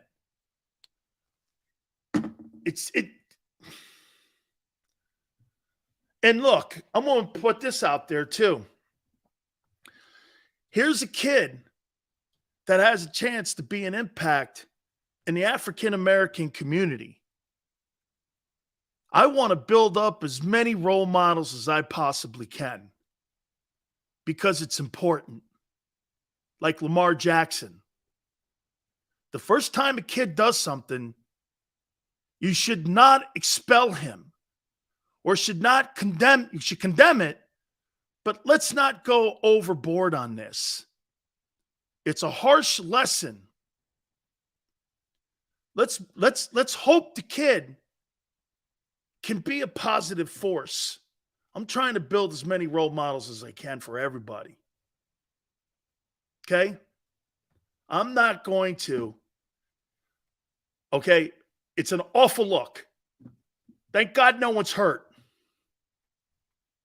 Okay? Just be a role model now. I think John Morant has a chance to be an actual big-time role model now. Dude, this is what you don't do. Let me make one great point to you here, too. Ray Rice, in my opinion, is more of a role model today than he ever was as a football player. Okay? You know why? He's never asked to come back to the league. He's married to the woman that he punched. They have a wonderful life, and he speaks at symposiums now and telling rookies what not to do. He's making more of an impact in young men's lives and young players' lives today, Ray Rice, than he could have ever as a player. And I celebrate him. No one's ever going to forget those videos, but I am also never going to forget how he's led his life as a man. He's a better man today. They got a wonderful family.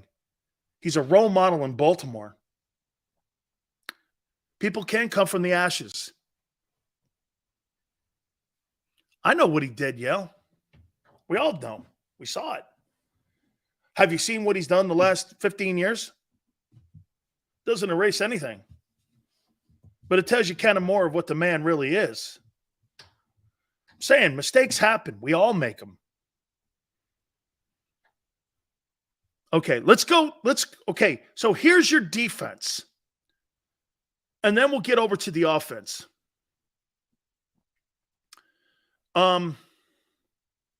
Graham, Davis, Fletcher Cox, Josh Sweat. I think we all agreed they need some depth there.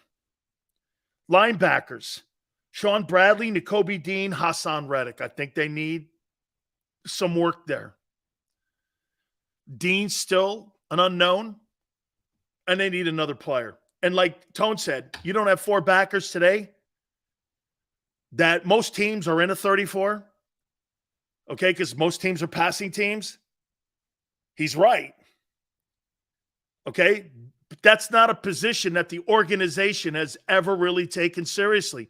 John McMullen a couple days ago even made that statement. Just shows you what they think of the linebacker position. They let those two guys roll out the building and never even thought about signing them.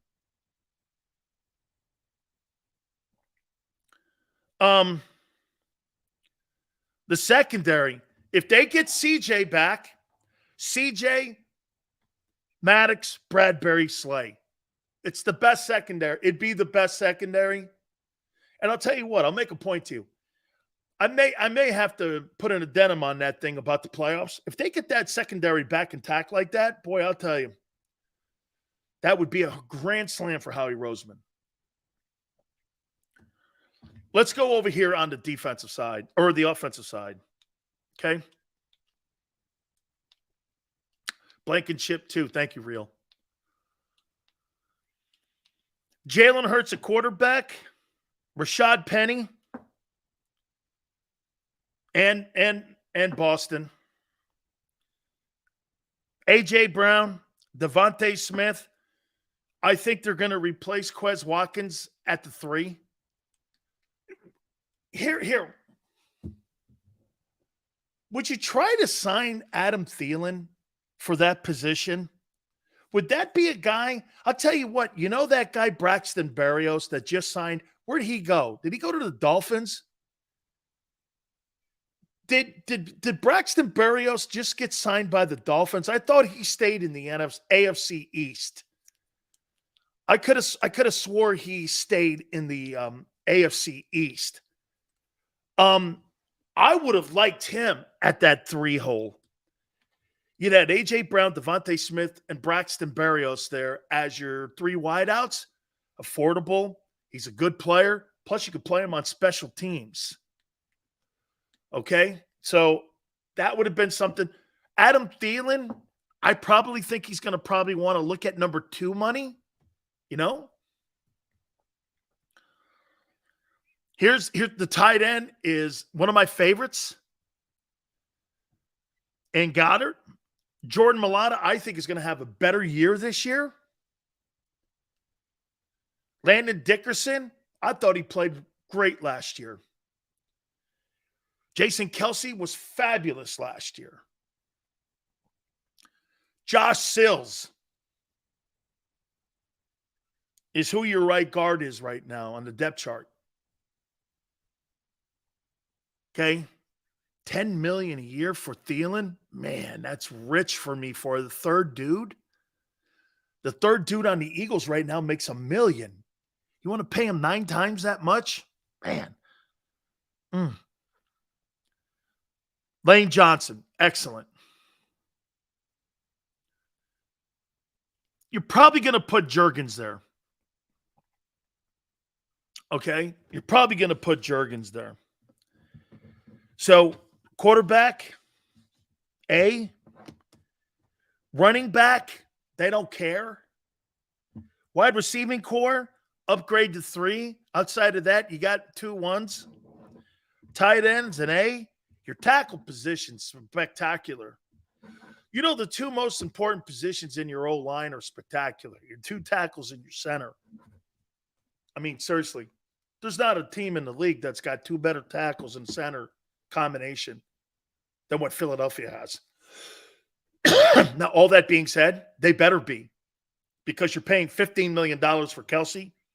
You're paying $16 million for Mailata and $18 for Lane. You better be great. Okay? You better be great at that position. All right, Tone, I got to take a timeout. I know, man. I got to take a timeout here. When we come back, some of the money that has been moved around. By the way, our NFL insider, Jason Cole, is going to join us in the third hour at 5:30 Eastern. Get his thoughts on all the movement. We'll reset everything as well at the top of the hour. I'm going to look at some of the money that Howie and the deal that Howie has had, and I'm going to get you guys' opinion on this and how his offseason is going so far. Keep it here on the National Football Show. When it comes to the fight against insurance companies, large corporations, and the healthcare industry, injured victims are always the underdog. But that doesn't worry us. At Messon Associates, we're an injury law firm from Philadelphia, and we come to fight. Our clients know that they've got representation with a chip on its shoulder, and it's the same chip that makes Philly the toughest city in the country. Call 215-568-3500 or visit us online at messalaw.com. Messon Associates, the toughest injury firm in Philadelphia. Go to get your game on. Go for the beers. Go for the cheers. Go for the hit and the hits. Go for the stakes and the stakes. Go to get your parlay on. Go to get your party on. Go for the scene. Go for the screens. Go for the gallery. Go for the win. Go to Ocean. Visit theoceanac.com to plan your visit.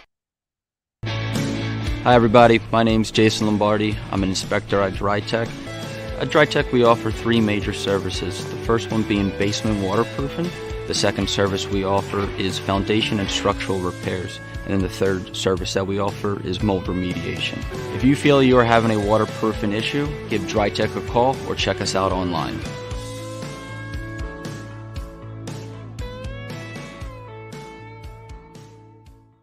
Jeff D'Ambrosio doesn't need a special event to appreciate his customers. Jeff shows his appreciation to them every day of the year. Jeff makes sure to stock more new inventory than anyone and guarantees prices and payments that nobody can beat. There are so many reasons that thousands of customers know Jeff is the easy, friendly place to do business. More for their trades. No judgment zone for credit issues. The best, most reliable service department in the country. That's why I like Jeff, and I know you will too. Jeff will satisfy you every day. Jeff D'Ambrosio, Destination Downingtown, Owner Appreciation Event. We all know that taxes are just part of life. It's true during our working years, but also in retirement.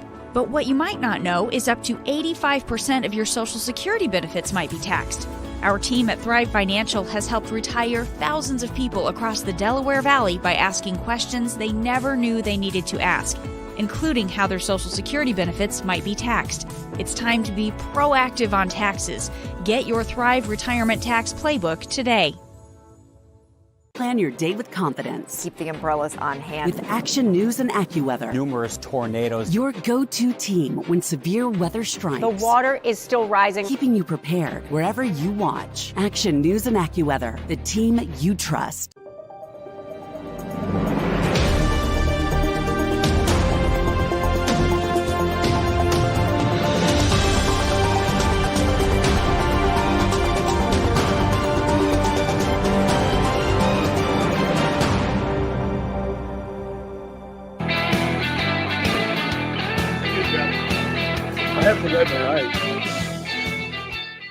I mean, I feel for Darius Slay, man. He's crying a lot. Whew, man. Don't let Big Sills get under your skin like that, man. Come on. It's okay, dude. Everyone gets humbled. Hold on. I'm getting emotional here. Guy's crying, man. I mean, oh. What are you learning, Tone? Oh, man. Darius. Relax. My guy, Tone, who's going to be a star in this business one day, said it perfectly. He's right. Why are you opening your mouth? You are under contract. Why? Because you got your feelings hurt because the Eagles told you they were going to cut you. There's no other reason for nothing but love, Philly. Let's see where I land next. There's no reason for that tweet. There's no reason to tell the world. Other organizations around the city and around the country were posting your tweet, and we're going with the notion that the Eagles had put it out there. They were releasing you. Shit, it was a front page story in the Inquirer. But somehow, Sileo said it. It's not true. No. You're undermining your own future salary for this coming year. You know that song, Pennies?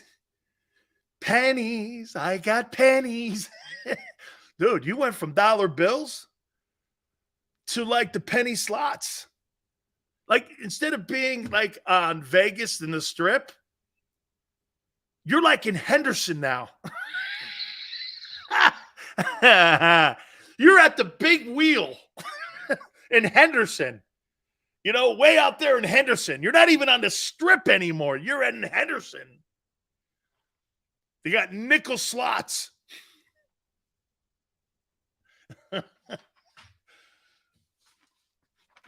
Then Slay fires back. I'm too rich to beg.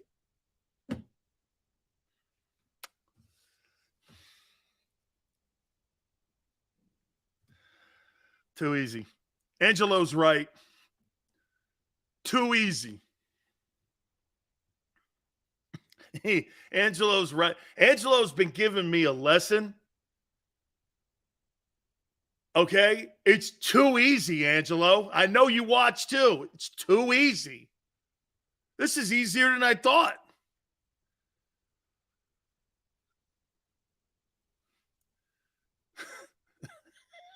Philly's going nuts. I have that in, you know what? Ask anyone. I have that impact on people. I don't know what it is. You know, Tone, I don't know, man. There's just like an aggravating quality about me. How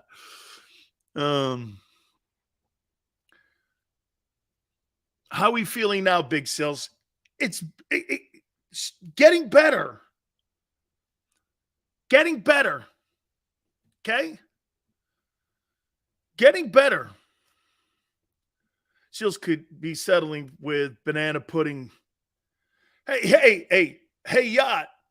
I heard that Slay's wife makes a great banana pudding. I'm in. I hope she puts it like with the banana pudding, like with the vanilla wafers at the bottom of the pan. She does that, man. I'm in. Hey, we could break banana bread, okay, or banana pudding, and me and Slay and the wife could sit there and have banana pudding. I'm all up for it. I told him too. I go, man, I'm shocked we're not boys, man. You're a Rosenhaus guy. And you're a Robert Bailey guy. I'm totally in. I would totally do that. I'm not kidding you, man. I would fly to Philly. And we would have the peace over banana pudding. I love banana pudding. I'm in. Totally in. If we re-sign CJ, I'm so we're going back again.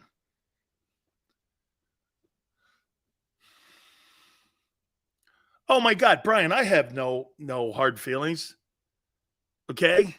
Towards and I told Tone this, and Tone and I agree. What would you, how about this? Put a grade on Darius Slay's. How many years has he been in Philly? 3? Put a grade on Darius Slay's career so far in Philly. Would you say he's been the best corner since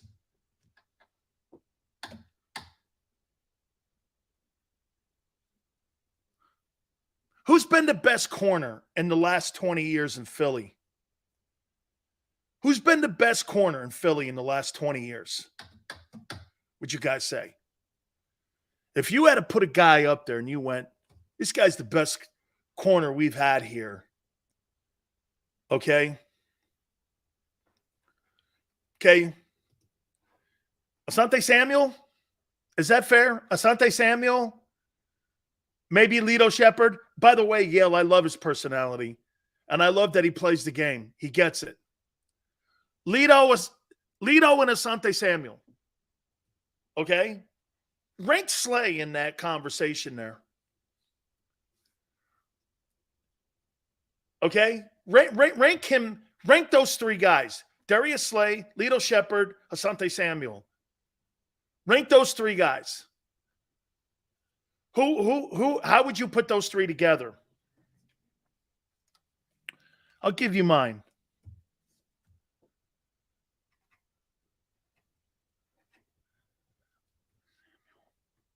By the way, do we agree he belongs in that conversation? Right? He belongs in that conversation, right?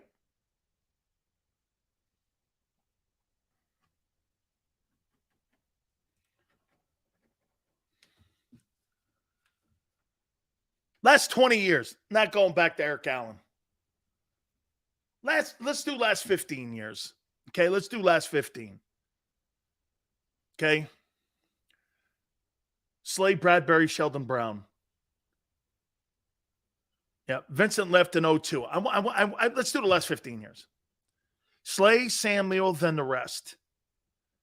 Samuel, Slay, Shepherd. Frederick, that's kind of what I have. I have Asante Samuel, Darius Slay, and then Lito Shepherd.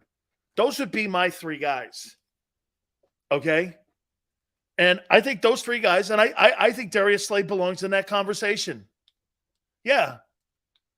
Tone and I are in agreement. That's how I would put him.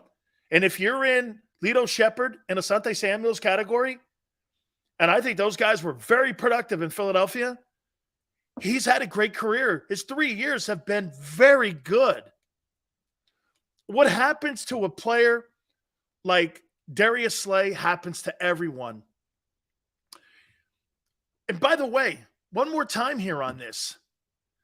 Darius Slay was not going to be released because of poor play. It's the $18 million. Have I not been saying for 4 months, I don't think Slay's going to be here. And that's what he indicated yesterday morning. And then like Tone and I said, in the humbling reality, can I tell you, and I'm going to say it again, he is under contract, but he took himself off contract when he went to Twitter. And he made himself seem like a casualty of the cap. That's what's happened here. He put himself out there as a cap casualty. That's why he tweeted that. And then when he saw the Asante Samuel contract, and Drew Rosenhaus said, and I got to go back and I got to look at that tone tweet. Gilmore's base is 796, so roughly $8 million. That's a $10 million haircut. Now, I don't think he took that big a haircut, but I do think between 5 and 7 had to be shaved off that. So they had preliminary talks, but now what they've done is they've kind of unzipped their fly a little bit and showed you what they're doing here. Gardner-Johnson, okay, Gardner-Johnson, do you know what the Eagles would have done, though? Let me ask you this, guys. Hey, Tone, everyone, when they restructured Lane Johnson's contract, will they make that public? Will they make that public when they restructure his contract? They just made Patrick Mahomes' restructuring public in Kansas City. They just made it public today, this morning, actually. They always do. Well, why wouldn't they have put out that they've restructured Darius Slay's contract? There's not a chance in hell you're signing one guy to $16 million, another guy to $18 million, or he's still making $18 million, and you're going to turn around and try to sign C.J. Gardner-Johnson for $12 to $13 million. That's not going to work. You know why? Some of you are going, well, they got the money for that. Not when you got a $50 million quarterback you got to pay here soon. Yeah, it goes because it's not done yet. Yeah, you know why? Because the negotiations with Gardner-Johnson aren't done yet. This is where I say, like what Tone said, this guy opened his mouth when he didn't have to. This guy got all butthurt because he thought he was gone. The reason he threw that out is because he was 100%. You don't tweet something like that out unless you're thinking you're 100% gone. All of a sudden, they started seeing that CJ was insulted by the offer that the Eagles and other teams are giving him. And he's sitting back now. That's why there's no word on him. Nobody has said a shit thing about Gardner-Johnson. What does that usually tell you? Because his agent's telling him, don't be like Slay. Keep your mouth shut. The more you open your mouth, the more money you cost yourself. That's why he took that tweet down. Did you notice a guy like Adam Schefter? I posted it. Adam Schefter took a screenshot of it immediately. Then CJ deleted the tweet because his agent's like, you're costing us.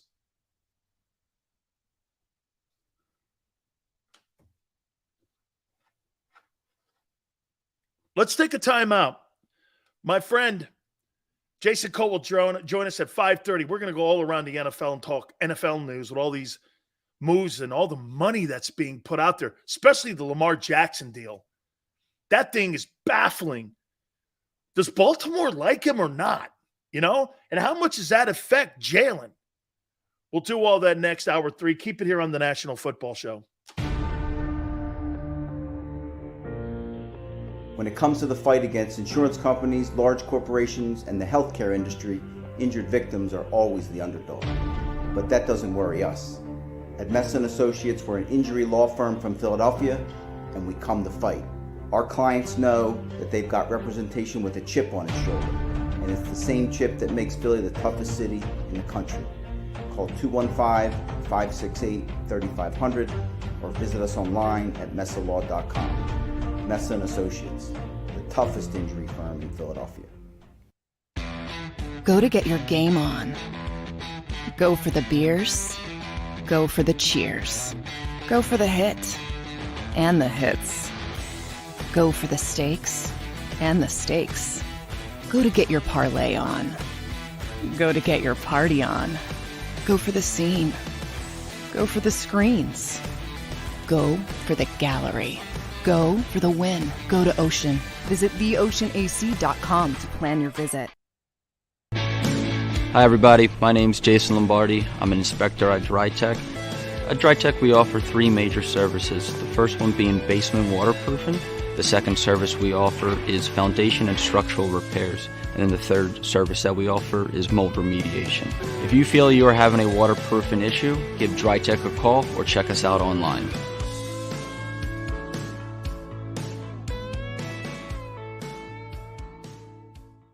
Jeff D'Ambrosio doesn't need a special event to appreciate his customers. Jeff shows his appreciation to them every day of the year. Jeff makes sure to stock more new inventory than anyone and guarantees prices and payments that nobody can beat. There are so many reasons that thousands of customers know Jeff is the easy, friendly place to do business. More for their trades, no judgment zone for credit issues, the best, most reliable service department in the country. That's why I like Jeff, and I know you will too. Jeff will satisfy you every day. Jeff D'Ambrosio, Destination Downingtown, Owner Appreciation Event. We all know that taxes are just part of life. It's true during our working years, but also in retirement. But what you might not know is up to 85% of your Social Security benefits might be taxed. Our team at Thrive Financial has helped retire thousands of people across the Delaware Valley by asking questions they never knew they needed to ask, including how their Social Security benefits might be taxed. It's time to be proactive on taxes. Get your Thrive Retirement Tax Playbook today. Plan your day with confidence. Keep the umbrellas on hand. With Action News and AccuWeather. Numerous tornadoes. Your go-to team when severe weather strikes. The water is still rising. Keeping you prepared wherever you watch. Action News and AccuWeather, the team you trust.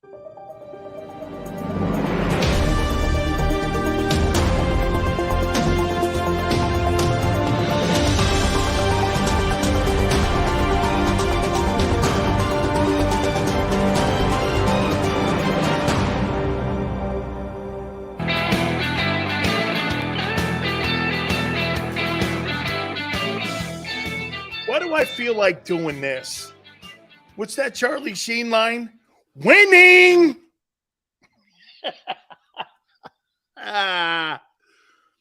Winning! I don't know. Sorry, I didn't mean to go there. I'm kind of like maybe with a little bit of Tourette's. Winning! Sorry, I can't control myself. Hold on for a second there. See, I could be in the middle of a conversation. Winning! I don't know what's going on here, man. See, I have to take my medicine because sometimes it pops up like that on me. And, you know, it winning! Here, I just need to take 3 cool, some like breaths here. Yeah. There. I'm better now. We got a lot of NFL news, too. Our boy Jason Cole's going to join us. So where's I got drink some tiger blood. I got a whole slew of tiger blood right down here in my refrigerator. And by the way, remember where the tiger blood always comes from. Big Sills knows how to pull the pipe here, baby. Look at this thing. How you doing? All right. Oh, man. It's very disturbing to, like, it's funny that how people somehow try to pin a story on me that Darius Slay started, and he didn't need to start. Okay? Why me? How are you feeling about the Canes this year? Great. Yeah. Hey, that's a random off topic. Great. Winning is the Bezos' next owner. If Jeff Bezos becomes the owner of the Washington Commanders, Lamar Jackson will sign in Washington. And I said this to you too in hour number 1. I am not, hey, can we make a deal? Can we make a deal on Jalen Hurts' contract? I'll give Jalen Hurts whatever Lamar Jackson makes. Deal? Deal? Oh, Brian, you know I am. Do you understand that the Philadelphia Eagles are afraid of my show?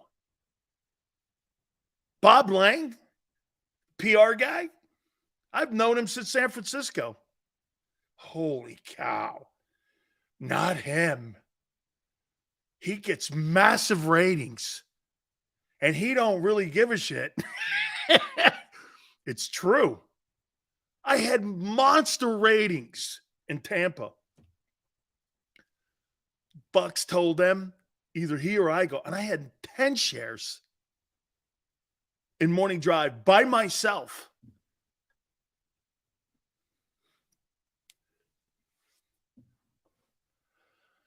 Yacht goes, afraid?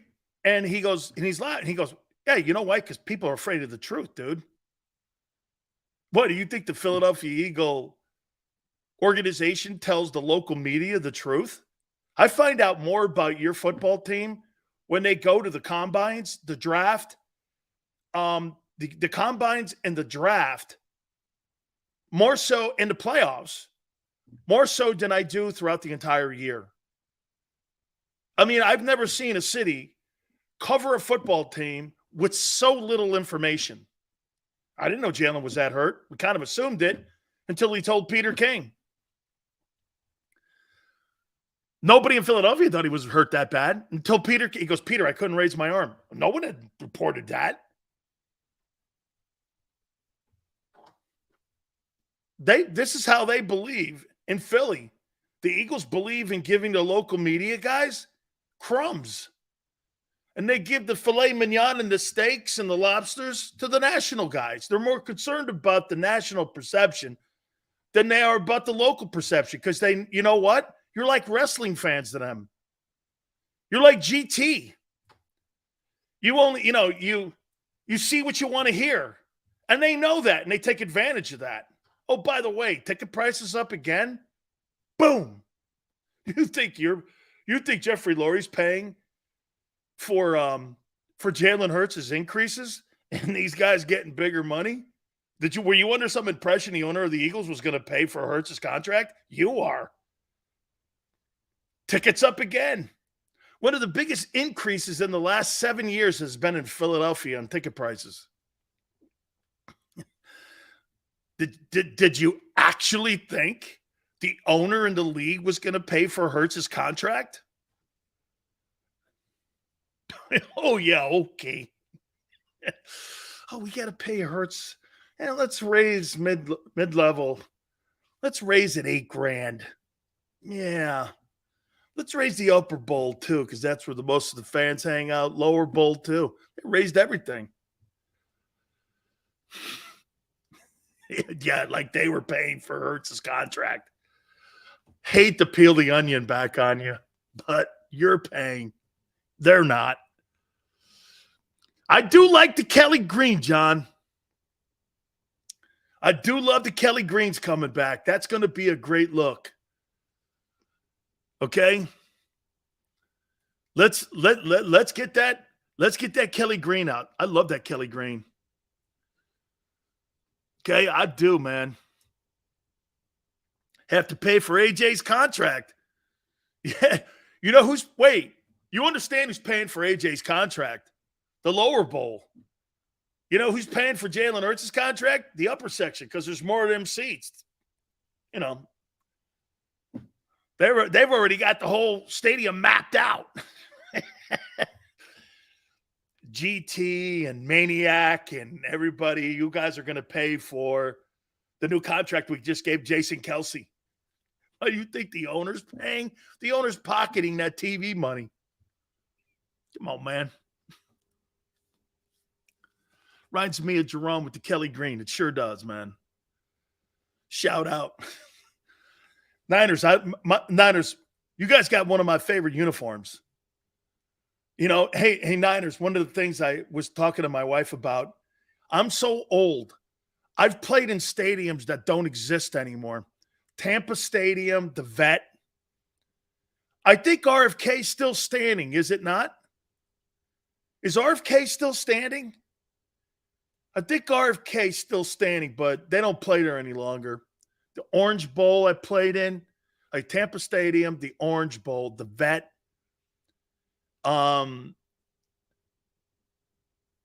Candlestick's no longer around. They've revamped Chicago Stadium. Qualcomm's been knocked down. I played there against the Chargers. I sure did. That's how old I am, man. I'm so old, the Cardinals played in St. Louis. That's sad. That's Astrodome. I played there. That's right. They were at Reliant. I don't even think they call it Reliant any longer. Okay, RFK's not around. I mean, do they play soccer there still? Okay, I know they're at that other place that Merrill Reese calls a dump. I played in the Astrodome. Neil says the NFL generates $11 billion in national revenue in 2021, which is shared by 32 franchises, which comes out to $343 million per team. 11 million. Look at this, 34-3. And you're not counting also, my friend, the value of the team going up. Connie Mack Stadium. No, I did not play Connie Mack. No, I did not play in Connie Mack Stadium. Okay.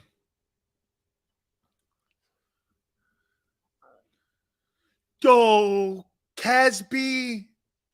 It's all good, dude. Thanks for showing up, though. I appreciate it. Let's continue. Hey, can we agree? Can we agree? Big Sills will go down this line. Whatever Lamar Jackson gets, we'll pay Jalen. Fair? Jalen's not better than Lamar. He's not more accomplished.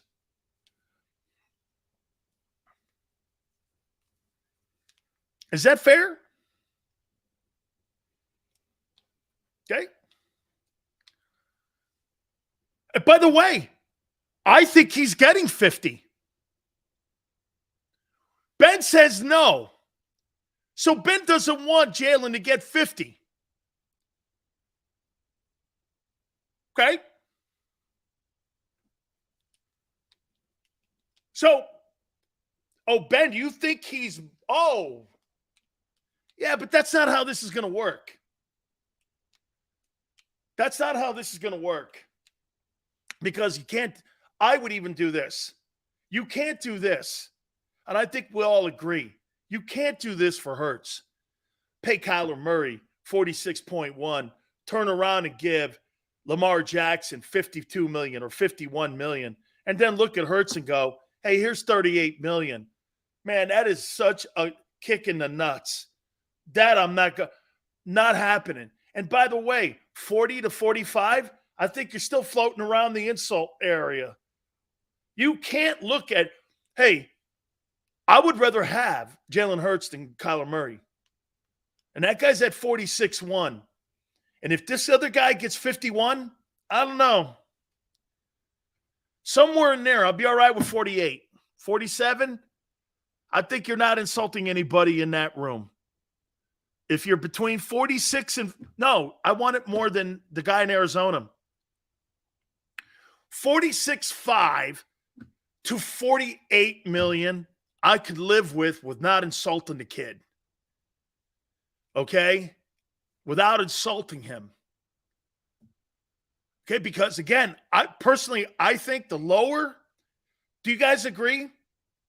I think the lower and the low bar for Hertz is that 46.1. I think the high bar is going to be what Lamar Jackson gets. So I think it's going to be between 46.1 and 51 million. It's going to be in there. And then you work out the framework in how many years. Look what we're talking about here, guys. What I don't want to do is I don't want to insult. See, it's not insulting Jalen Hurts when you're talking about Lamar money. It's insulting Jalen Hurts if you have less money than Kyler Murray. That's insulting. Okay, that's insulting money. Okay, that's insulting dough. Okay, so Murray, no, I disagree with you, Yale, because Herbert and those other guys are different types of quarterbacks. I think you have to keep the same style because Baltimore is setting the bar right now with this. These dual threat guys, I think, are paid differently than those other guys. But I'm saying the structure of the deal is different. I'm not saying less money. I'm saying the structure of the deal is different. Because these guys are different styles of players. They're more unique. Smitty, you know what, Smitty? I probably do. Smitty, but, and Smitty probably doesn't know this. Smitty, do you mind if I show you one thing? Right, Yale? Watch this. Herbert, Burrow, Allen, Mahomes. I'm not saying pay Murray, Lamar, and Jalen any less. I'm saying you have to put more around it because these guys have a better chance of getting injured, and they rely on running the ball more, and you're going to have more opportunity to get hurt. Smitty, this is my only Philadelphia merchandise. The Brown family gave this to me when we put Jerome in the ground. They gave all his friends this Eagle little mug. My aunt had it. She sent it to me. Okay? So this was given to me at Jerome's funeral. Kind of cool. Okay? And my boys' golf tournaments that I still support. So, Smitty, I got some things, but it's mostly Jerome Brown related. Okay? Yeah, every single person, including Seth Joyner and Reggie White, the family gave us a whole bunch of these little cups. And it had like poems in it and all such. When we were at the funeral. Yeah. So when people go like this, Sills, you don't have any. Well, I got Jerome Brown stuff. Does that matter? And I played with JB. I was friends with Reggie. Dear friends with Andre Waters. Andre Waters lived in Tampa. Andre used to come up. Hey, dude, I love Andre Waters is one of my favorite people. Wes Hopkins too, man. Shit, we've had Keith Byers on 3 or 4 times. Keith Jackson, I'm trying to get his ass on. I played against him a couple times when he was in college at Oklahoma. Yeah, man, I love Waters, man. Waters is good people, man. Paul's like, Jerome's a Philly legend. He sure is, man.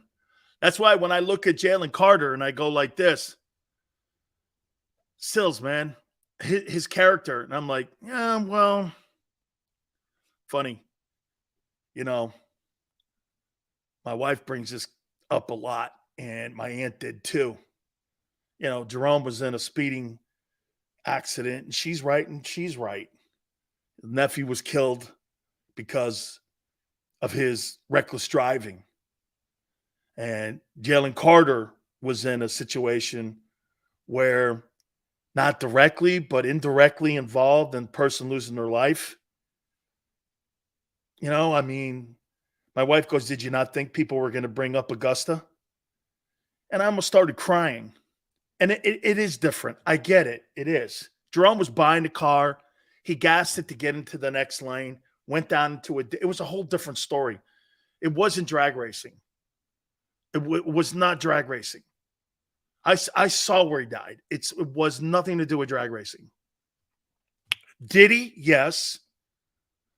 Yes. I did it with him. But,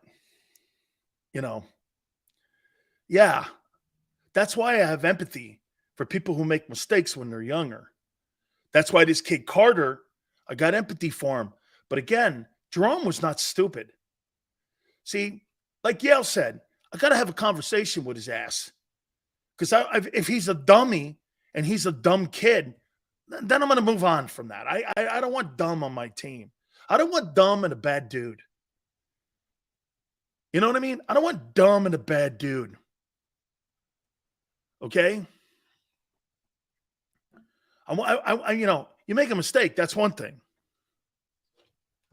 Okay? Was Jerome reckless? Yeah, man. But we all were. That's why I was talking to you about John Morant and all that. Jerome lived on the edge? You think? We all did. You guys remember when Jimmy Johnson came on my show and he goes, "Shit, you were a handful, Dan." Well, the guy next to me was just as much a handful. But we killed everybody we played against, and everyone was afraid of us. It's true. Ask anybody. Those teams that book Jimmy got back there, Swagger, they were afraid of us. Crazy Italian kid, bunch of black kids from Overtown, Liberty City, hard lives, hard living. I'll tell you what, man, I didn't play with choir boys. Man. You don't win championships with choir boys. You win championships with people that are right there, man. Now, I always tell people this. I'd rather pull a kid off the ledge than push him to it. Okay, because I want to manage the ledge. Now, have I fallen off the ledge? All you guys have to do is go to social media. You know I have. But that's why you guys come here all the time now, is because we're genuine. We tell you the truth. No choir boys in here. I believe it. All you guys would give me shit. I like that comparison. Jalen Carter is a mix between Brown and Sapp. Dude, you got Tracy Rocker would be the perfect guy to manage that. Tracy was a great college football player, and he got hurt with the Skins. John says, you think we can replace CJ from the draft? CJ, I think, is a beginning superstar. Okay? I think he is a budding superstar. That's hard to find. Dude, I have no idea. I had no idea, and I still don't. Man, you got to look at Mickey Loomis down in New Orleans and go, why would you move off of that dude? Just Mike goes, I was an altar boy. So was I. Hey, okay. I went to Catholic high school. Are you kidding me? I went to Stanford Catholic, dog. Yale goes to Tracy Rocker, who's the D-line coach for the Eagles, coach him at Georgia. He did. He also recruited these guys. I think, I know he did Jordan Davis. I know he did Jordan Davis. 5-star goes, FD haters. I learned that, unfortunately, too late in my life to do that. Now I do. Now I celebrate him. All right, let's get in. Before we get to Jason, Let's do we'll do this on Howie Roseman after.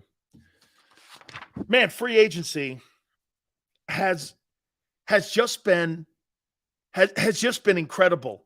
The amount of money that's being thrown around.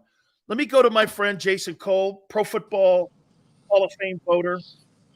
Jason, have you been shocked with the amount of money and movement in free agency this year? No, because the cap is $212 million this year. 224. 224. Okay, thank you. So it was 212 last year. When you account for the fact that minimum salaries have not grown commensurate to the growth in the cap, and that say basically your bottom 60% of the league, like the last 30 to 35 guys on your roster make combined about $35 million on the cap. That leaves 170, almost $200 million to spend on 20 guys. So you've got a lot of money to spend. You really do. There's no middle class in the NFL. Like the guys absolutely. Who made $3 to $5 million. Right. It's you either make the minimum or you make basically somewhere around $10 million or $8 million a year on up from there. Jace, what have you been more surprised by with the chatter out there in free agency? What's going on with Baltimore and Lamar Jackson, or what the Jets and the Packers are trying to accomplish and potentially moving Rodgers to New York to play with the Jets? I don't know that I'm surprised by either one. I would have expected this. And this is the outcome this is the outcome the Packers wanted because they wanted Rodgers to say, I want out. It gave them the ability to move on and lay the blame at his feet, basically, without that. This wasn't like with Brett Favre, where it was ugly, right? With Brett Favre at the end. This is, he wants out. He doesn't want to be here anymore. Okay, then we're basically granting his wish. Now, that's not necessarily the case. It's not all true. If they really wanted him to stay, they'd want him to stay and they make it. But look, last year just didn't work the way they wanted it to work. He didn't show up in the offseason and didn't get prepared for a year without Devontae Adams. And he was kind of a jerk to LaFleur during the season, right? So that didn't work out either. And he undermined LaFleur in very obvious ways, in public ways, right? So that was bad.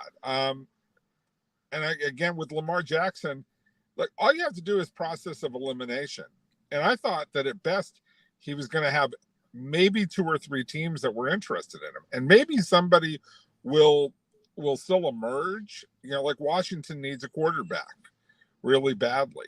Atlanta still needs a quarterback. So one of those teams may emerge and say, you know, we'll step up and we'll take Lamar Jackson.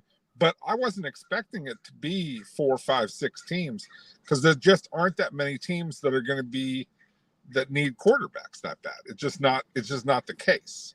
And when you factor in that there are 4 quarterbacks who are going to go in the first round of the draft, that limits the market as well. Jace, do you think it's a combination of, so like he's under the restricted tag that they put on him a couple days ago where it's a floor of 36 plus 2 ones, then he gets to go out and negotiate with any team. And what Baltimore has done is, and DaCosta and Biscotti have said, we love the kid, but do you really? And the fact that he's been hurt, you've got to play all that into it because to me, guys like Kyler Murray, guys like Jalen Hurts, whose contract is up too, and the guy in Baltimore, I'm not saying they should take less money than Burrow or Mahomes or any of these other guys. I'm saying it's a uniquely different style of play that causes these guys to miss more games because of the dual threat aspect of it. And so do you think it's just playing all that where they're struggling, Baltimore, on giving this guy $51 million over an extended period of time? Look, I think everybody wants to get into everything about, do the Ravens love him? Do they this? Do they that? You know, do they really want him? Of course they want to have him play. You become a playoff contender if you have Lamar Jackson.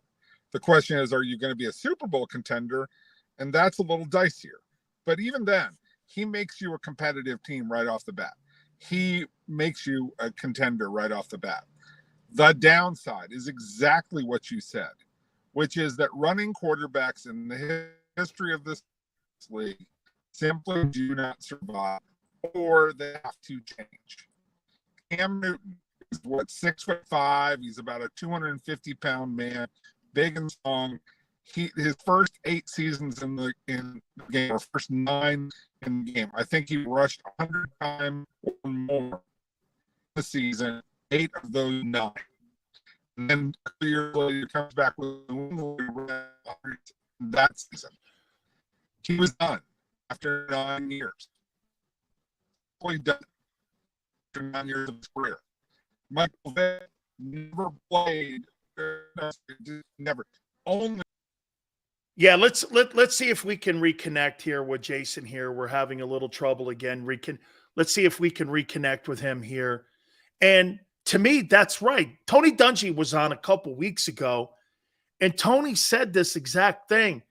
And then Jimmy was on a month earlier, and Jimmy said the same thing. This stuff, and the reason I'm saying this is because this indirectly affects how the Eagles are going to have to negotiate this contract with Jalen Hurts. Look, nobody is here, including me, saying this. Let's move on from Hertz. Let's get a guy in the draft. By the way, don't think they've kind of like even thought about it going, do we pay Jalen $51 million or do we use our 2 ones to get a quarterback in this draft? Do I think that was a long conversation? Absolutely not. But when you start talking about paying Jalen Hurts, what would make you think that the conversation in Baltimore is not something that they'll have a conversation in Philadelphia about? And by the way, but Yale, Hertz is the guy. Lamar Jackson's the guy in Baltimore. It's not the point if he's the guy. It's how much and how long is the thing. Okay?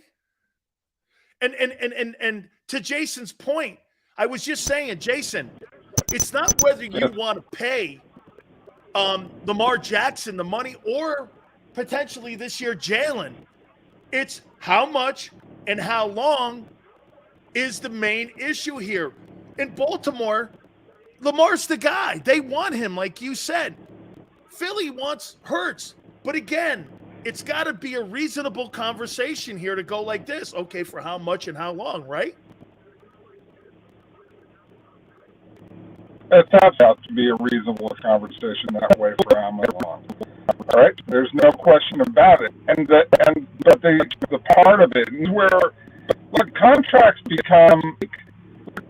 It's sort of like an insurance you're doing an actuarial table, right? It sounds boring. No, this ain't working. But what are the other? This ain't working. So, hey, just see if we can reconnect one last time here. If we can't reconnect, then we'll just move on. We'll take a timeout if we can. By the way, Tone, let me take a timeout. Let's see if we can refix this here. Let's do it now. We'll take the timeout now. We'll see if we can get Jason on the other side. If not, we'll continue our conversation. Keep it here on the National Football Show. When it comes to the fight against insurance companies, large corporations, and the healthcare industry, injured victims are always the underdog. But that doesn't worry us. At Messon Associates, we're an injury law firm from Philadelphia, and we come to fight. Our clients know that they've got representation with a chip on its shoulder, and it's the same chip that makes Philly the toughest city in the country. Call 215-568-3500 or visit us online at messalaw.com. Messon Associates, the toughest injury firm in Philadelphia. Go to get your game on. Go for the beers. Go for the cheers. Go for the hit and the hits. Go for the stakes and the stakes. Go to get your parlay on. Go to get your party on. Go for the scene. Go for the screens. Go for the gallery. Go for the win. Go to Ocean. Visit theoceanac.com to plan your visit. Hi everybody, my name's Jason Lombardi. I'm an inspector at DryTech. At DryTech we offer three major services, the first one being basement waterproofing. The second service we offer is foundation and structural repairs. And then the third service that we offer is mold remediation. If you feel you are having a waterproofing issue, give DryTech a call or check us out online.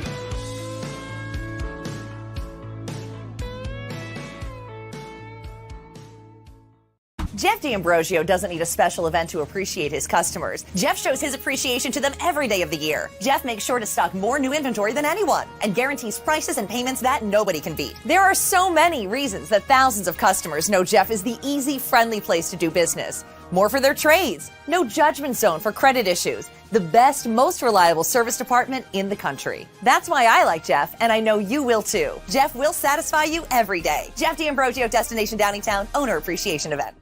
We all know that taxes are just part of life. It's true during our working years, but also in retirement.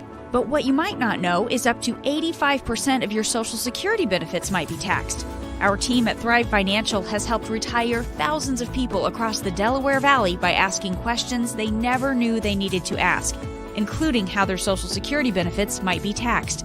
It's time to be proactive on taxes. Get your Thrive Retirement Tax Playbook today. Plan your day with confidence. Keep the umbrellas on hand. With Action News and AccuWeather. Numerous tornadoes. Your go-to team when severe weather strikes. The water is still rising. Keeping you prepared wherever you watch. Action News and AccuWeather, the team you trust.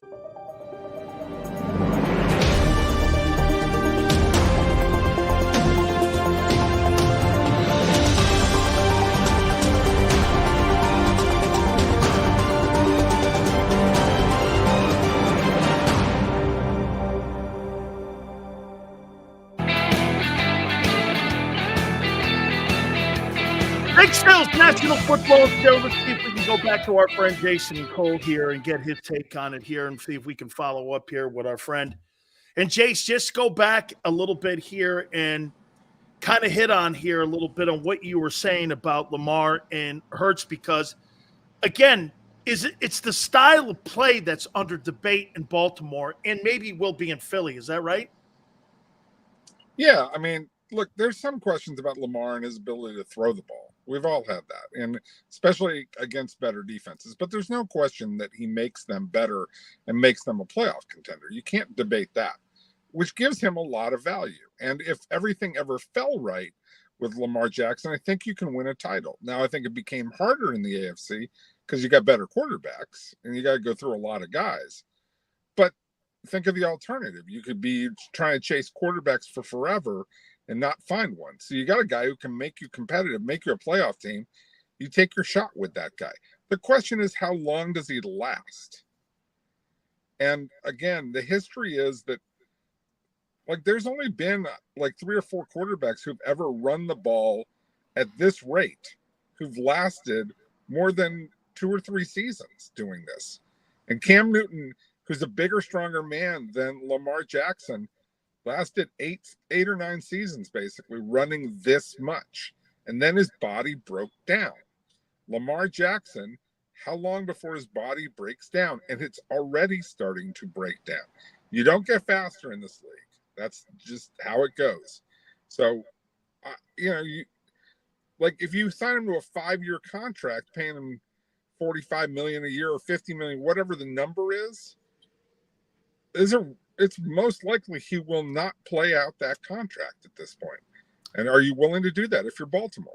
Then if I'm Philly, don't I watch what's going on there in Baltimore? Though? I signed Hertz earlier. I overpay Hertz now and take advantage of his earlier years. His youth when he can run.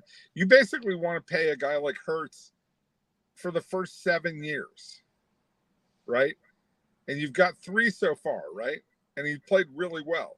I would be putting a premium on buying out the next 2 years plus 2 more And maybe just to benefit the kid and, to work out whatever you have to work out, pay him a 5th year and gamble that he'll get there. Because he's a bigger guy than Lamar, so he may be able to take more punishment. And I think he's a better thrower.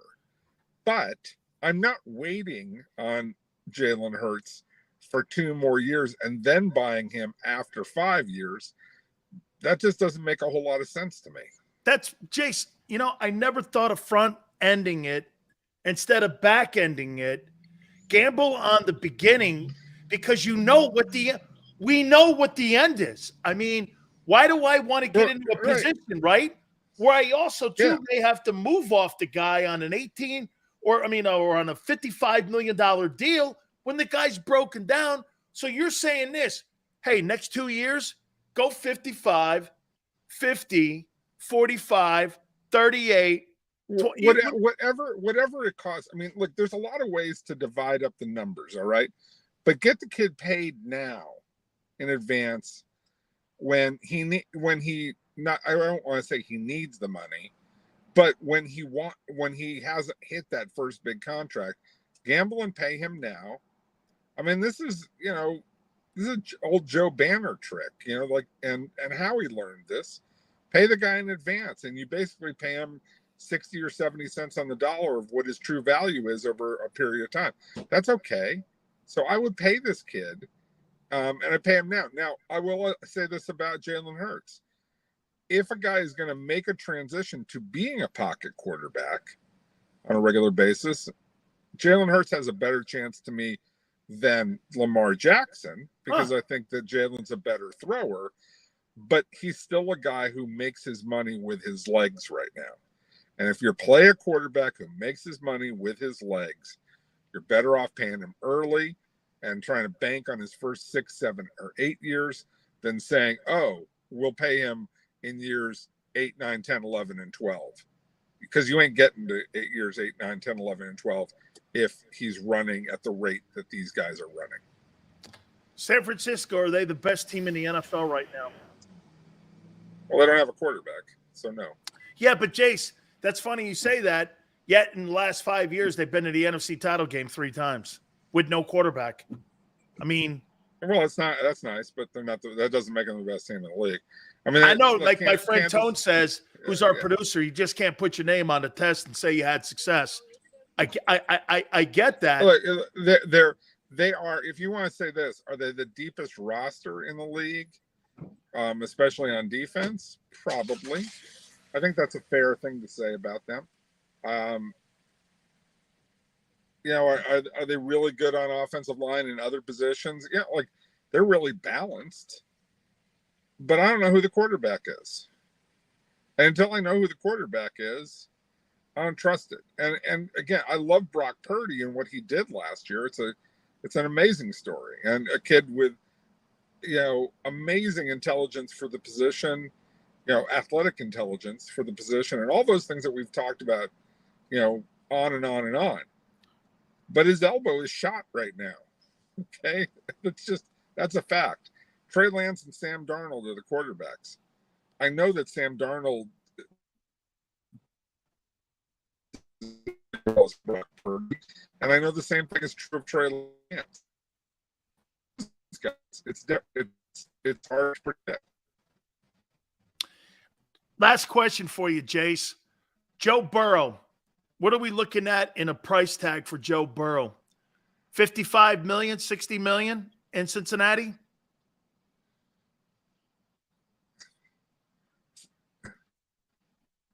The first number is a 6, I think. Oh, wow. Hey, Jace, we're going to roll, my friend. I appreciate it. Yeah. You got it, man. That's my friend Jason. $60 million for Joe Burrow. 55, 60. That's where I'm thinking too. Wow. It's funny. It's funny what Jason said. So it's an interesting concept. You look at a 4-year to 5-year contract with Jalen, and it get this, guys. If you're so concerned on the injuries, let's give Jalen let's overpay him the first 2 years of the contract. Give him 50. Give him 50, 50, 45, 40, and taper down. And if the guy's healthy, you can restructure the contract in the middle of that whole entire deal or make a new deal up. That's a way to look at it. If you have that much trust in him, front end it, right? Front end it. All right. I do want to go back because, you know, I guess, hey, Tone, Slay's still talking. And I want to make it very clear for the new people that kind of came in here. This story wasn't mine. Darius Slay started this story by saying goodbye to Philly. He was the guy. Then he came back later on in a complete 360 when, like Tone said, and some of you else said, he didn't have to open his mouth. He was under contract. But when the Eagles announced it, that he was going to be released, he got butthurt. All you have to go to his social media page. Wasn't my story. I had no insight. Zero insight. GT goes, I tweeted the fake news. Let's go to that. Okay. That's right. Tone's right. Eagles pulled his card and he lost. Here's see, Tone, GT's lying to you. Because I'm just going to go to Darius Slay's Twitter page. And this is what he said. This wasn't me. Tone's totally right. Why would the guy open up his mouth if he's under contract? Guy like GT, man, once again, he hears what he sees. Only in his own mind. This is Darius Slay's tweet. Right there. This is his tweet. No. He wasn't. Get this. He's saying, GT saying that he's answering the media. Let's go by what he said verbatim. Nothing but love, Philly! Exclamation points. Let's see where we're heading next. Then, 8 hours later, back like I never left. Run it back. After it was reported in the Philadelphia Inquirer, Fox Sports, ESPN, name a radio station in Philly. Front page of the Inquirer. In a stunning turn of events, Darius Slay's to be cut. Where'd they get it from, GT? They didn't get it from Drew Rosenhaus. They got it from the Eagles. So everyone made it sound like it was the player commented on it. He was leaving. He's just responding. Who was he responding to? When he said nothing but love, Philly.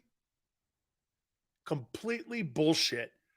Only blinded Eagle fans would read it that way, where they wanted to make it sound something completely obnoxious.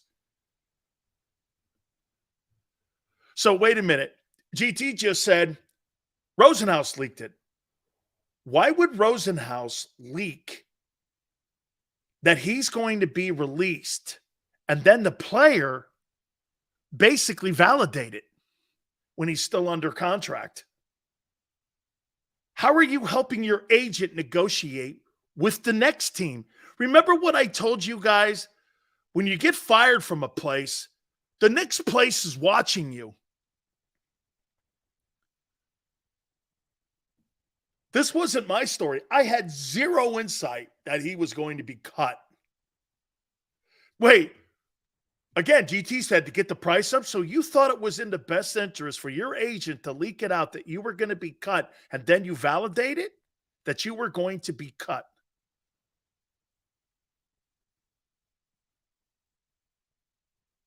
And by the way, I haven't seen anything on a restructured contract yet. So you really think that guy's going to make $18 million? Never. Guy took a haircut. This guy's almost bald now. CJ also said all the love back in March, but is still negotiating with the Eagles. You think? After that, Adam Schefter or whoever it was posted that the disrespect is real.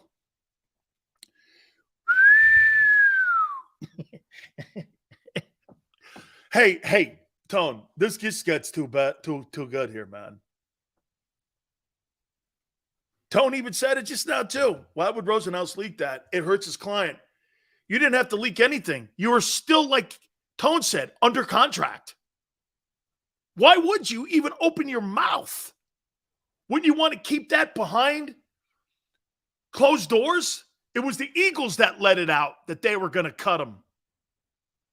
And that's right. The difference is that Gardner-Johnson's a free agent. Slay wasn't. Slay wasn't a free agent. He's 26 against the cap, and he's 18 on the books. Oh, yeah. He didn't say that. He's our guy. TJ sucks now. Kaiser sucks, and Javon sucks. But Slay, because he took a haircut and he had his head down and his hand out begging for his job back, he's a good dude. Hey, I think it's a gold mine move here for Howie. Howie playing Moneyball again. Called this guy's ass out. They saw the Stephon Gilmore deal. You know they did. They saw the Stephon Gilmore deal and went, man, that's a $10 million haircut. At least the Eagles want to give me $10 million, man. I'm going to hang in the room here. I'll take the haircut. We'll do a little bit of PR work. There'll be a restructuring. We're going to run it back. We're all happy again. How you doing? Yeah, vintage Howie, man. Howie called this guy out. Seriously, you saw hey, am I right, Tone? They saw the Stephon Gilmore deal because I think Gilmore's 32 also. He's kind of in that same room. And they saw that guy is the former defensive player of the year. Little bit better resume than Darius Slay. Okay? That guy's got some Super Bowls behind his name, too. And so Gilmore got $8 million base. Done. Tone says these NFL organizations have world-class PR teams. You're damn right. They're monitoring those websites and Twitter pages 24/7. Why do you think Gardner-Johnson pulled that thing down? Eagles played the media like a fiddle, used them to bait Slay, and got him. Mm-hmm. And then he starts taking shots at Big Sills. And you know what the Eagles are doing? They're watching this going, that'll cost them $4 million. That'll cost him $2 million. Every time he responded, and I really didn't say anything to him. By the way, I got nothing more respect for his play. Every time he said something to me, he lost $1 million. Winning! And again, that's not cool. Wait, I'm going to take that back. I don't want the guy to make less money. I'm not on that side of the aisle. I root for players to get the money. It's not true.